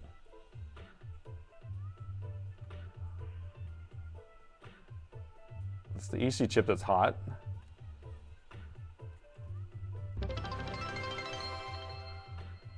Let me see these things on here. That actually looks kind of hot for the EC chip though. 32 though, I don't think it's, got a hype train started. Kind of late in the stream for a hype train. For a hype train? What level is that? Level 1 hype train. Let's see if we can get to level 2. All right, so this is 30 degrees, 31. I think that's right. I don't think that's too hot. This is what 3 weeks without bourbon does to a man. Yes, it does. What else did you guys see? Is the CPU warm? Oh, the chipset's on. Are you kidding me? So the chipset's on. So the chipset's right there on the side of the CPU.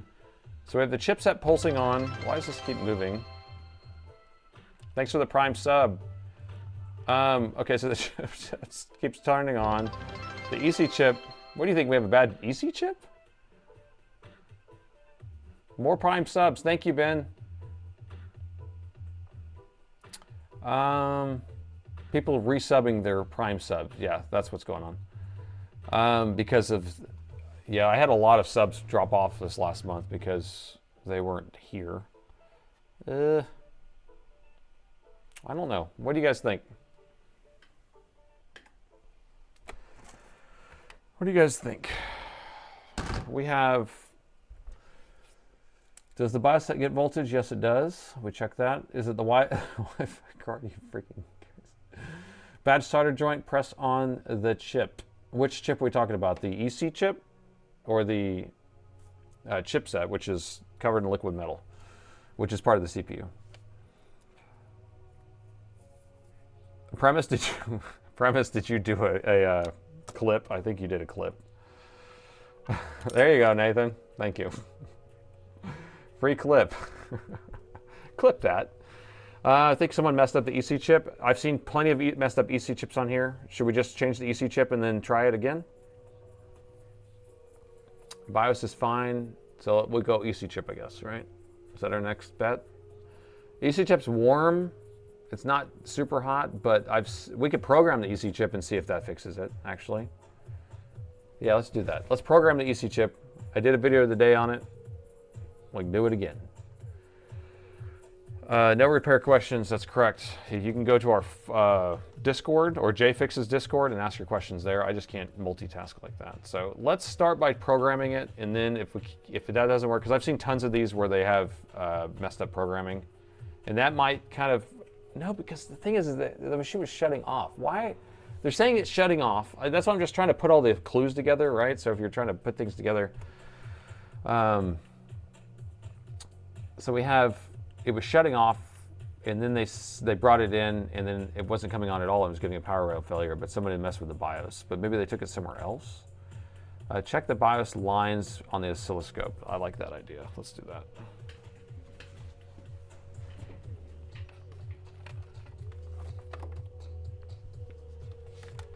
On my cute little oscilloscope. It's so cute.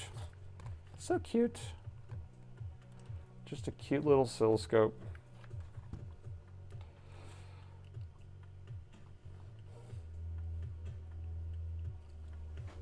All right, no reflections, please. All right, we don't need anything. Was it 2 and 5? Are those the pins? Lead, I can't remember. 2 and 5, I think. That's what I would go with.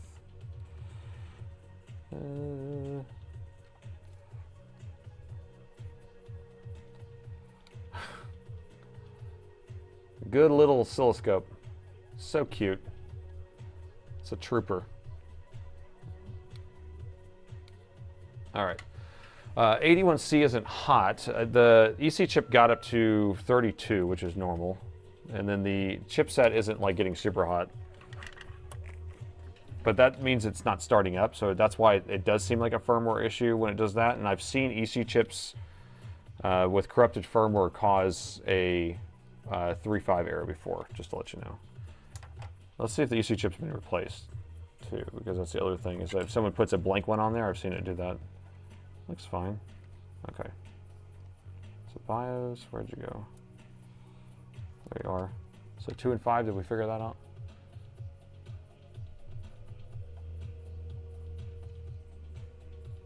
Nano clip.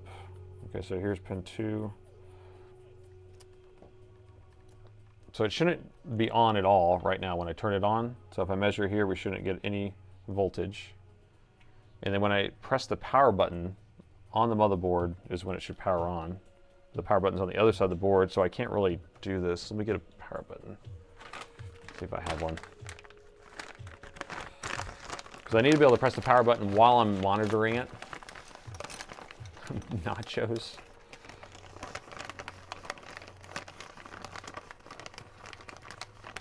I know I have a power button in there somewhere.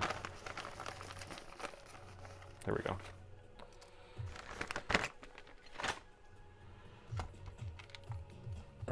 You bet the BIOS is fine. I think the BIOS is fine. I think it's going to be more of an EC or a chipset, bad chipset or something like that. So I'm going to try to plug in a power button.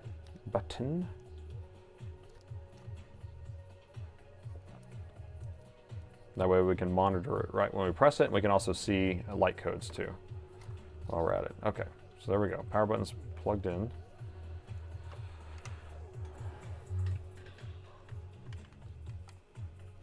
All right, so I'm going to measure right here. All right, we're looking at the oscilloscope. Press the power button. It went up. Let me see if I can get a better signal on it. Let me try this again. Okay.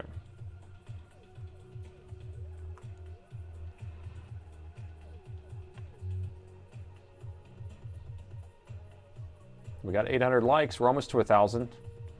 A little bit more. Did y'all see a signal? I didn't see it. Is it pin 3 then? What are the pins? What are the data lines on this stupid chip? I thought it was 2 and 5. Try pin 3. Okay, we'll go pin 3. Pin 3. Let me turn it off. Okay, it's off. Back on. It's just going straight voltage. 6 and 7? Are you kidding me? Are you doing this, 6 and 7? I'm pretty sure that that should have done it, but I thought it was pin 5 also, was the other one. Try pin 3, it's 2 and 3. It's 2 and 3, well, we're not getting a good signal. We're just getting it where it's actually the 3.3 pull-up is turning on. That's all we're getting. So if I measure voltage on here, we got, oh, 1.5 volts. That's wrong. 3.3 there, unless this is a signal that's bringing it to 1.5. 3.3. 3.3. Yeah, that's wrong, right? Correct? 1.5 is wrong. Pin 2 is data out, but if it's data out, it should have 3.3 on the data line though, right?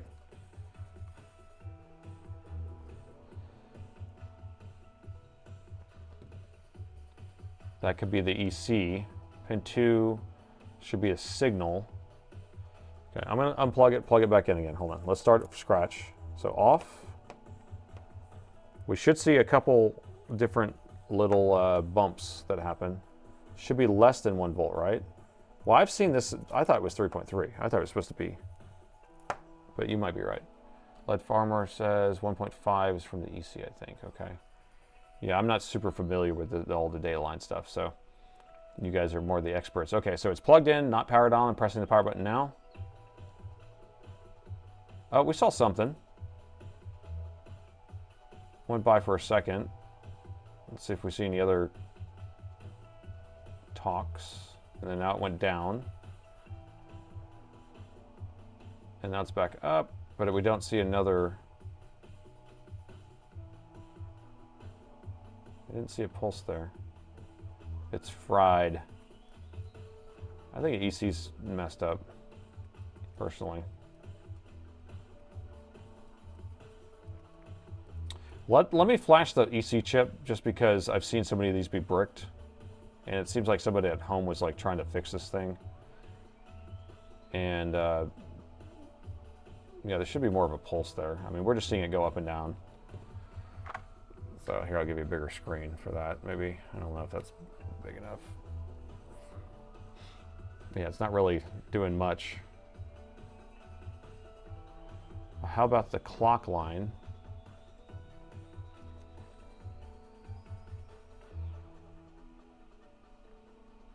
Which one's the clock line?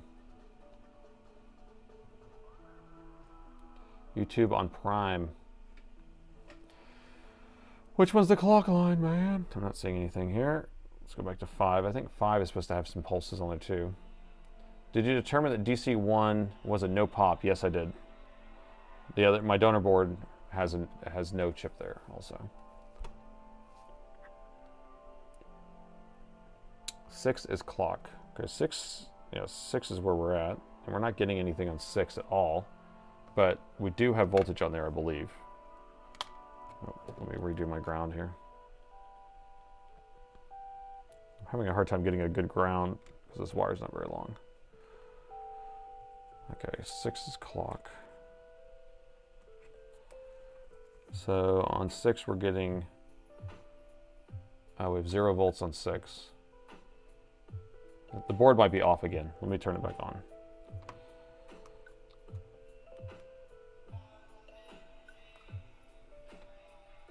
I don't know if this view is better than this view. I have no idea.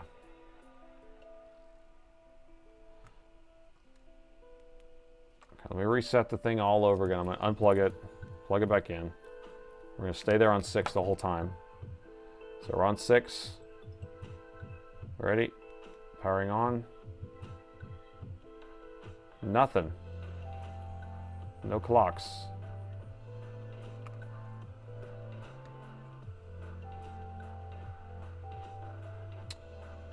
Still give you a blink, by the way? You're right. Should it? It does, I think.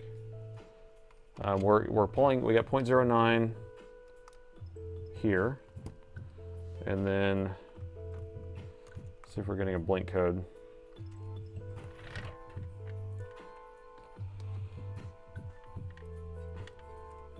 It's not blinking yet.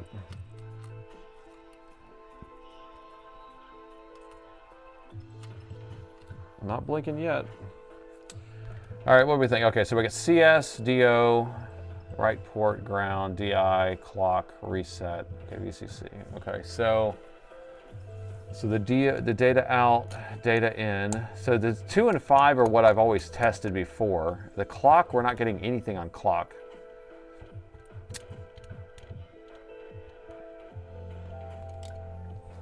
Let me see if we have a short somewhere on one of those pins. It's kind of a weird one, huh? How similar do the chips have to be? Old versus new. So we ended up putting the same chip back on. I didn't end up changing the chip. So we took the chip off, programmed it, put it back on. So nothing switched unless they had put a different chip on there.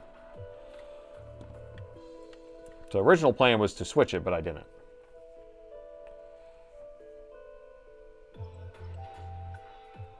All right, so this should be ground.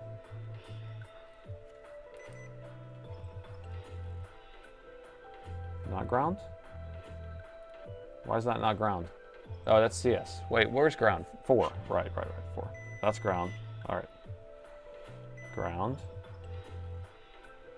So there's no shorts anywhere.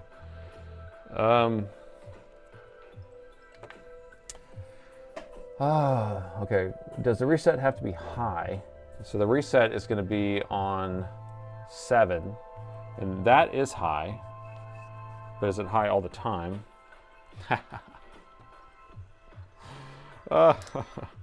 high all the time. All right, we'll go over the voltages one more time for this, okay? So press the power button, we have 3.4. Oh, now we have 3.4 on number 2, which we didn't have earlier. Okay, which is what I thought we should have. We don't have anything on 3, that's ground. 0.02 here, it's kind of a weird value. So SI, what is SI again? SI. Oh, no, it's DI. Yeah, SI is something else. This is nothing. 3.4 is on reset. And then we got 3.4 on our chip. We gotta wait for it to turn back on. Hold on. There we go. Back on. Back on. Nothing. So this looks like the suspect to me. DI is messed up, bro. Why does DI only have 0.02? DI is messed up. What do you think?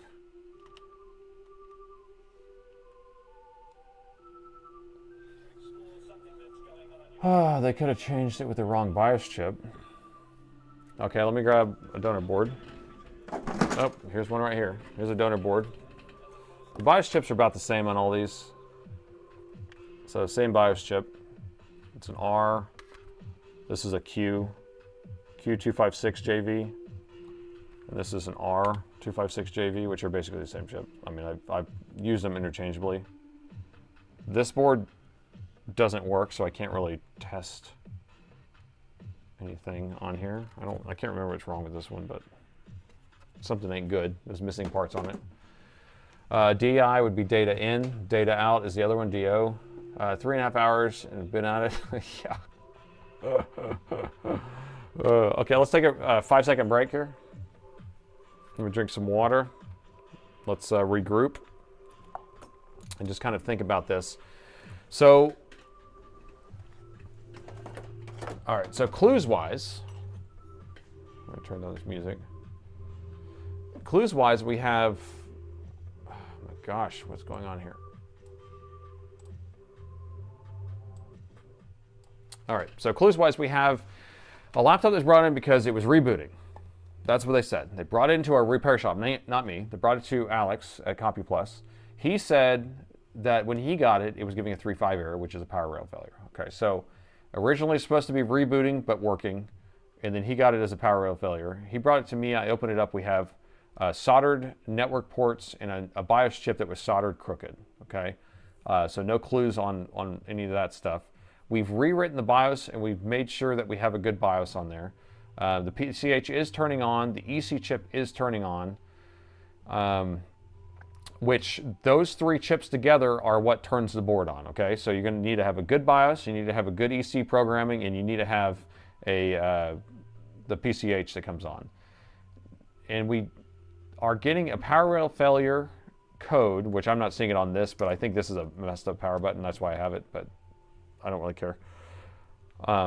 But here's one piece of information that nobody else would know except for me, is that this is an Alienware X17R2, and about every 2 weeks to a month on Wednesday, I get a phone calls that these machines don't work, because that's after Microsoft pushes out BIOS updates and the EC chip gets bricked. And so it could be bricked in a way that makes it look like a power rail failure, but why would they have had rebooting issues?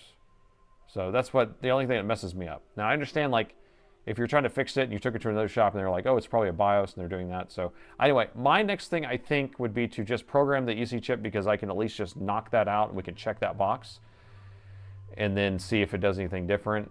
I think it might be a high likelihood that it will fix it, because I've put EC chips on, I've replaced these. If you buy a brand new EC chip, I can tell you right now, buy a brand new EC chip and you put it on here with it without programming it, it will give you a 3.5 error. So, and Dave 100% concurs. Look at all the concurrence going on, man. So EC, bruh, embedded controller. It's a microcontroller, it runs a loop of code. We're gonna bell it. We concur. All right, so we're going to do that real quick.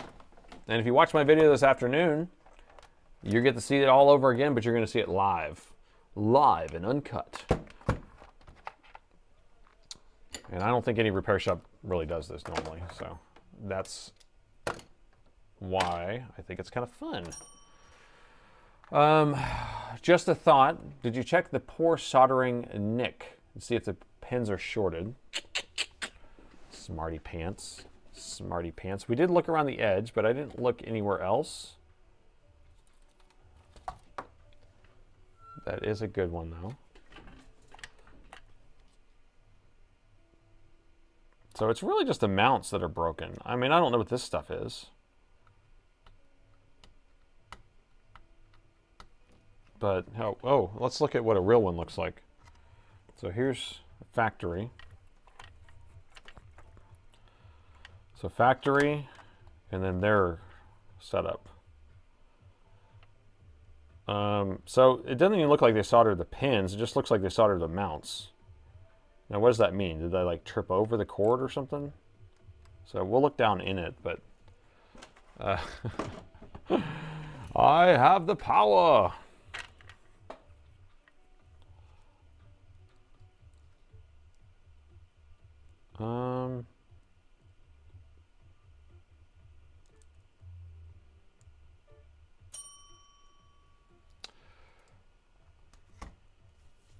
Like inside, I've seen a PS5 not power on because of an internal short.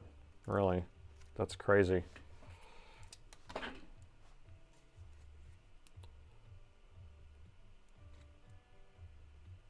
Yeah, I mean, we looked at this already, right here. And we already measured those. Those are all 75 ohms. There's no short there.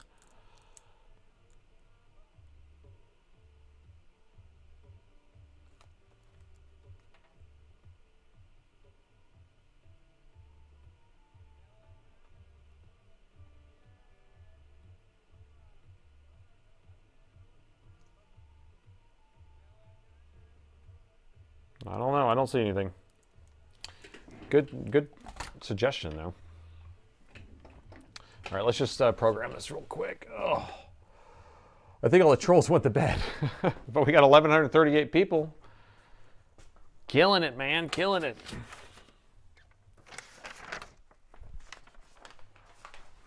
And I'll be going to bed soon, so we have 20 minutes left on the stream, or 15. I kind of like to be done by like 9:50. Right now it's 9:40, so I like to be done in about 10 minutes. And then we have about 10 minutes to talk, and then I can go home and tuck my kids in bed. That's like something I like doing, so I don't want to miss that. So if we can fix it, we can fix it. If we can't, we can't, and I'll fix it tomorrow. So this is the PC Bytes. I did a video on this today, like I said. So these are little magnetic stands. So you can hold the board. So what we're going to do is we're going to program the EC chip. And the EC chip is right yar, and then our programming headers are, where are they at? Where'd they go? Where are they at? Did they get rid of them?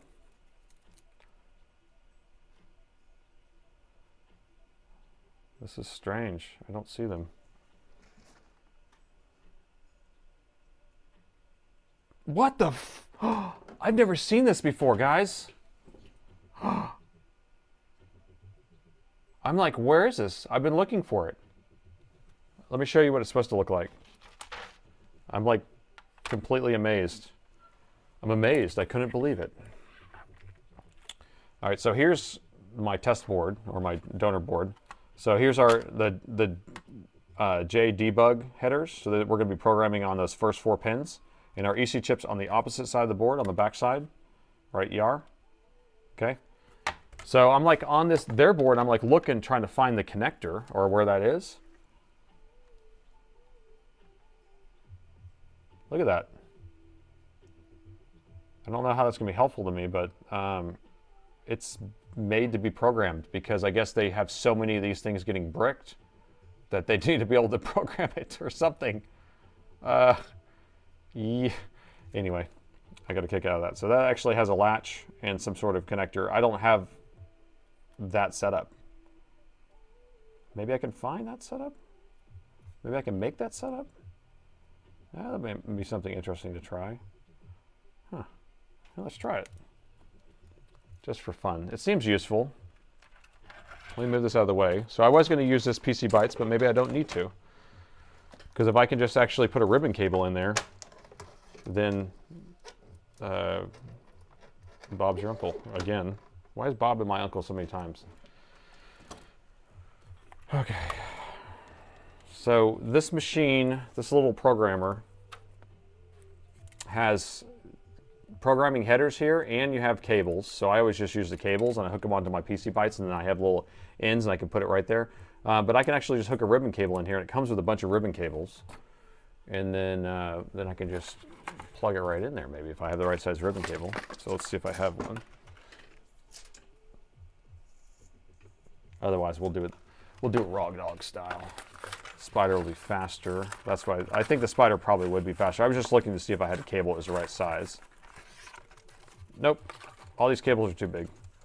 Look how big these things are, because they're made to go into keyboard connectors, not into the little debug headers. Okay. It was just a thought. It's just a thought. The Spider. The Spider. Okay. So we're going to install the board like so. And then we'll try to line it up properly. Bob's your bingo. Your bingo ate your baby.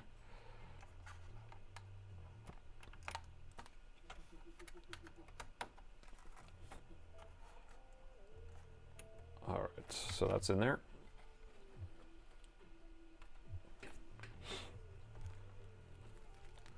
And plug this in. And so where does Bob your uncle come from? I don't even know. It's just a weird saying. Does anyone know the history? Should ask ChatGPT on that one. Dumb question. Has something been knocked off or missing? So we've looked over this entire board and don't see anything. All we see is evidence of other people working on it, but we do a physical inspection to kind of try to eliminate that as being an option or a cause. And so we haven't seen anything. So it's not a stupid question. That's actually a great question, because usually when someone's been inside the machine, we usually look for that. So here's the header layout. Now we're going to have a little bit of an issue because we actually have a connector here. So we're going to try to hook to these resistors instead, probably. So I'm going to do blue, yellow, green, purple. I can hook the green over here because it actually goes way over there. And the color is just whatever I have plugged in here. So don't go by my colors. It's just what I have plugged in. Okay, so it's from a movie. It's from a movie? Wait. Has to be from a movie. It's from What About Bob? No, it's not from What About Bob. Come on. You're kidding. That came out in Bill Murray.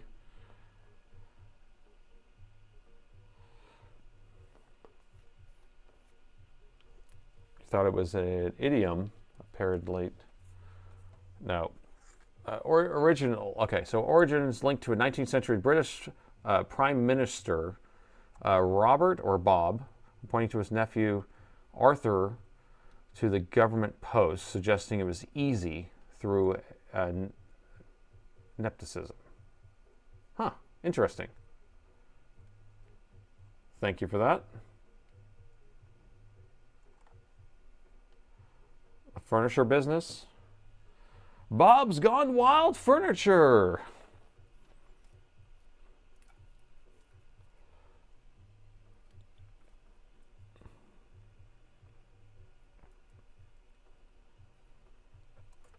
Austin Power uses it. Did he really?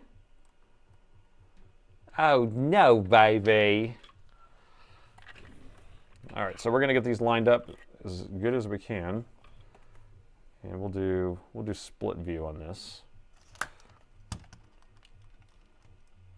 How's that?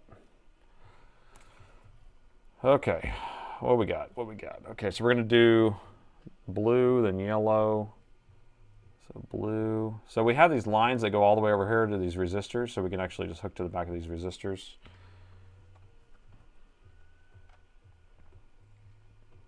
Yellow. Well, it's still going to be kind of tight. Let me see. Let me put the blue actually over here. Right there. And I didn't pre-tin these, so it's not going to be as good a connection. Bob's Sofa King Furniture. Bob's my dad. Of course. We're talking about your dad. Green and purple. It's going to be the last one. Purple, green. God, it's so tight with these wires. That's what she said. So yeah, they didn't put the extra one. Usually you can put the green over here. They didn't route it over there on this one. This is weird. This is like a different rev of the board or something. Just inject some voltage, baby. Yeah, baby. Do I? Okay, let's see if I can get these kind of lined up. I doubt these are going to work on the first try because I'm very tight. This is frustrating me here. Let me turn that wire around. Bob Newhart show. Yeah, I could have, Bob could do it. This is my brother Daryl, my other brother Daryl.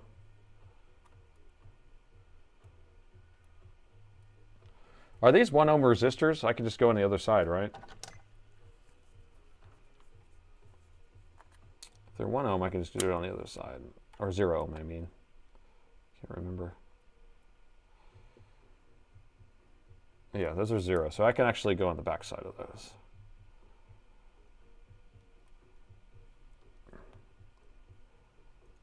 This is so much harder with that connector there. Normally we just do it right on those headers.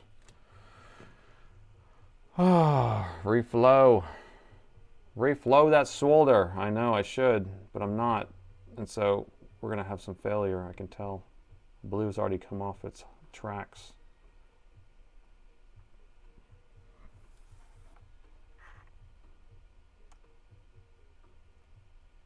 Okay, get the blue one back on.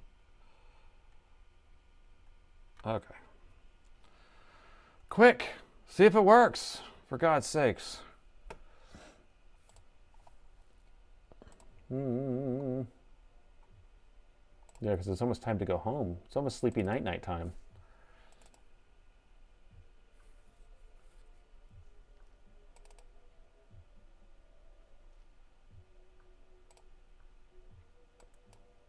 Okay. All right, so we're going to select the E&E chip, and I don't have the programmer plugged in, so I should do that.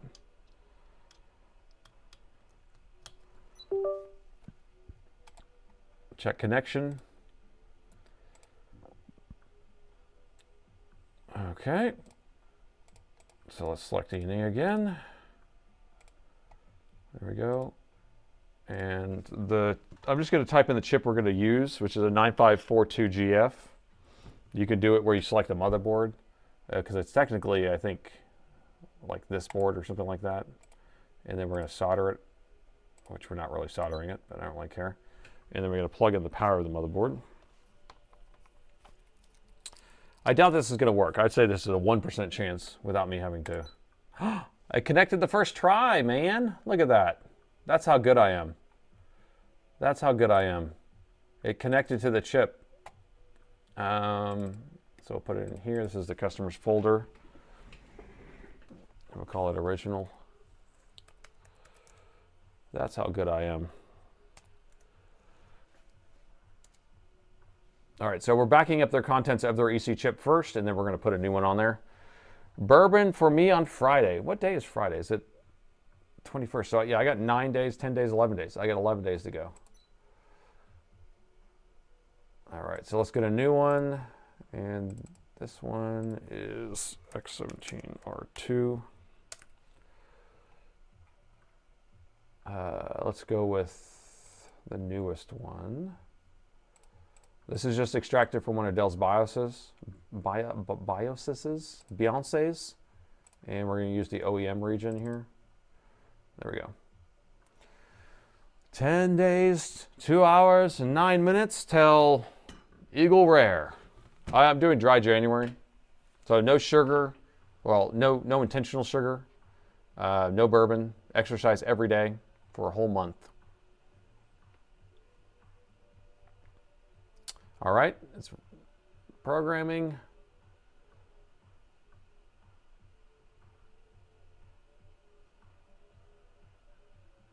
What about Flux February? Only you guys will come up funny things like that. Okay, so that's programmed.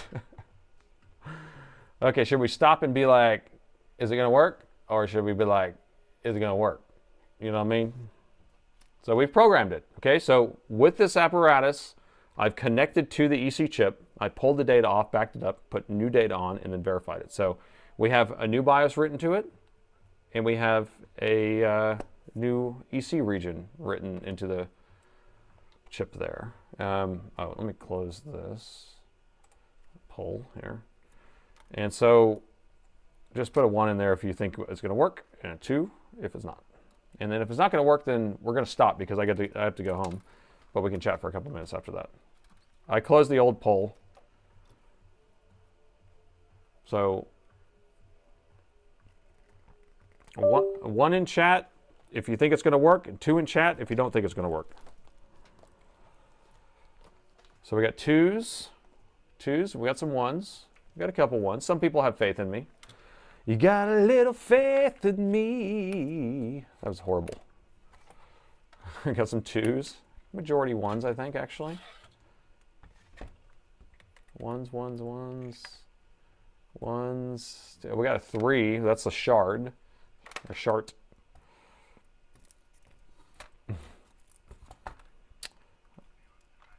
Okay, 1. So what do you think? Majority 1, actually. Oh.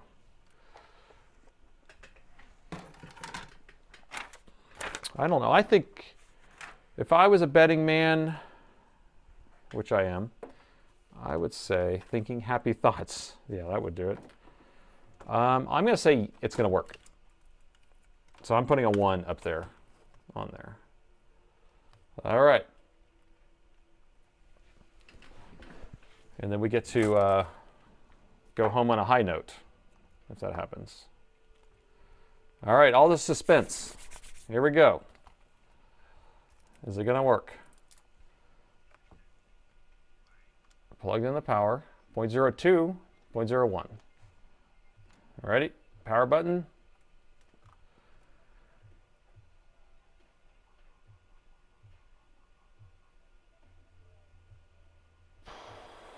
Same. Tambien. So, is that GPU on too, or not?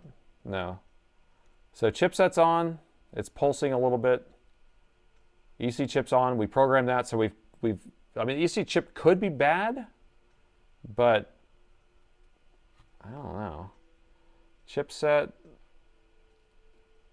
I could put a bar or the macro lens on there if I wanted, but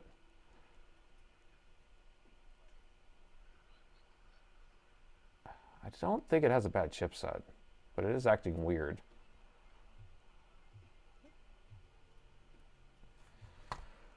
I don't know. I'm going to sleep on this one because think about it. Like, you know, we're systematically kind of going through and making it kind of power on properly, but what's preventing that power stage from coming on or allowing it to start up all the way? I mean, it's kind of a hot spot in there, but maybe that's supposed to have that in the EC chip. I don't know. Check the timing of the crystal. So the crystal oscillator for the BIOS, is it right there? Where's that at? Where's that crystal? Crystal, where you at? Where you at, girl? Crystal. I don't see crystal. Did I miss it? I mean, I see one here, but that's going to be for the GPU. Chips, etc. got hot. Lots of chips got hot. Why no clock or reset? The reset's there, but I mean, we could see what it does a little bit differently just for a second. I don't have much time. Yeah, I have to leave this. I have 3 minutes. I have to actually pack up. I think chipset may be bad, but All right, let me not spend too much time on this. But I will look, I am interested to see if we did get a different signal on the data and clock. Okay, so we'll get ready to plug this in. Okay, so the power's plugged in. So let's just go to pin 5, which should be DI, I think. We got something there for a second. Did you see that? It was just a square wave, it almost looked like, but don't forget the order, the ribbon for the programmer for that chip. Well, I don't know if I need it now, right? But that might be useful, though, for sure. All right, what about over here? Let me reset this. They then made a boring night shift go fast. Really? You're working? Hey, that kind of looked like something. And it's actually high. All right, let me try this again. What I don't like about this little oscilloscope is it's very limited on settings, so I usually have to catch it at the right time.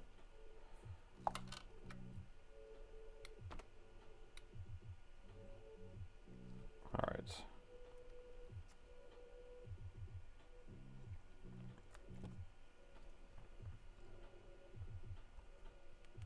14 chip rabbit hole. I mean, that looked like something. It was just, that almost looked like it was just turning on, though. Frequency, let's see. Because it's kind of hard to actually adjust this stuff here. Let's see if I can move over.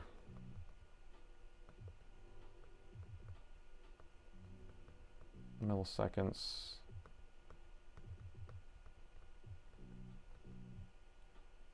It keeps turning off and on again. I usually just use the auto to catch it, but see how it just looks like it's pulling up for a second, but that almost looks like it's just a square wave of it turning on.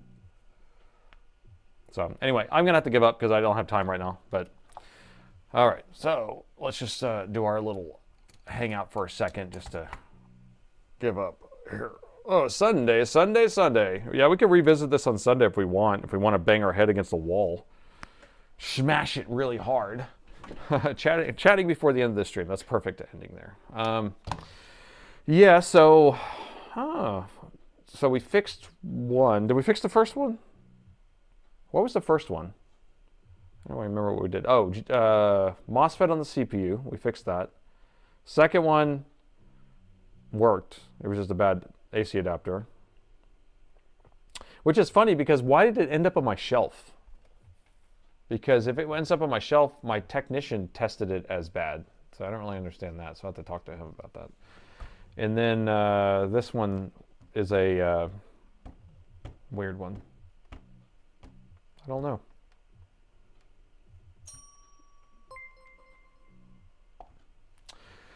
You have a link for flux to use. Yeah, so let me give you the link to the Black Horse, which is what I've been using. And I think maybe I'm not putting it in the lives very well. I don't think I am. Let me update this.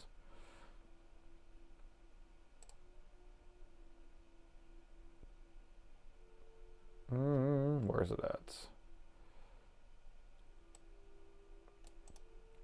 Here it is.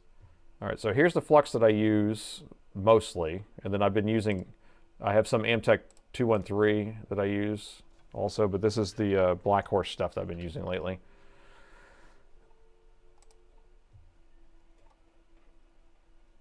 Black Horse Omega 559. It smells really good. It smells like pine or whatever it is. It's only like $10 or $11 also, which is really cheap. So that's great stuff. Yeah, so I'll be here Sunday, 9 a.m. Central. So if you guys want to join in, we'll figure it out. I was going to ask you guys, did you want me to work on that 320N? Because I was thinking about doing that on a stream. So we have the 320N that Michael had sent in that actually turns on, but I need to change the screen out. So we have parts for my other machines. So we can kind of consolidate it together, and we can even load 311 on it or 3.1, whatever it is, and get that going just for fun, you know. It's a 1991 machine, so it's like 20 something years old, 30 something years old. We can do that, or we can continue working on this, or we can work on some, you know, if you like, I don't know what you guys like the most. I have no idea.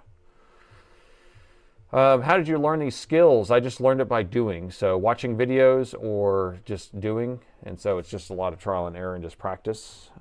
Thanks for another great stream. I look forward to the next one. So twice a week, Sunday evening, Wednesday evening, Sunday mornings. It's 11 Eastern there. It's 10 p.m. Central here. You folks have a good night. Thanks, Gordon. All right, yeah, I'm going to go ahead and end because I have to drive home still too, to get home for my kids. But anyway, all of you guys pick up some of that Black Horse Omega 559. I really like that stuff. Just don't start on a 4K laptop. Won't do that. $4,000 laptop, no, no, no. No, no, no. 35 years, oh my gosh. The 320N. So I'm contemplating doing the 320N. We can do it on Sunday, or we can do it next Wednesday. I don't know. What do you guys think? Just real quick, just say, I want to see the 320N, or say, no, I'd rather fix computers. Just say that real quick, and that way I can kind of at least see how many people are interested in seeing a 30-something-year-old computer worked on. 320, okay. Whatever it takes. Shenanigans. 320, 320. 320. That's enough 320s right there already for me to feel into it. Okay, cool. Yeah, so this 320, and we got one no there so far. And I'll show you the 320 one more time. So this is from 1991. And so it actually turns on, but what we would have to do is change this LCD screen out because it doesn't work very well, and then load Windows 3.1 on it. And fix computers. See you Sunday. And so anyway, I don't know. It's a fun project, and we can actually do something else afterwards if we don't. So this thing is working. So I think that's what we're going to do. Sunday I'm going to do a 320N, and then you know, maybe it'll only take an hour or two, and then we can move on to something else. Okay, we got a compact from 1995. All right. Okay, well, I'm going to dodge out. So hey, I want to thank everybody for coming out. Another successful, kind of, not really successful, we didn't, but thanks for participating in the live stream, doing all the chatting and donations to the stream. And I want to thank all my mods. They work really hard to keep all of those crazies out of there. And I'm glad that we were able to get them out of there pretty quick. But anyway, so next stream's going to be Sunday, 9 a.m. Central. And I appreciate each and every one of you. And thanks for watching.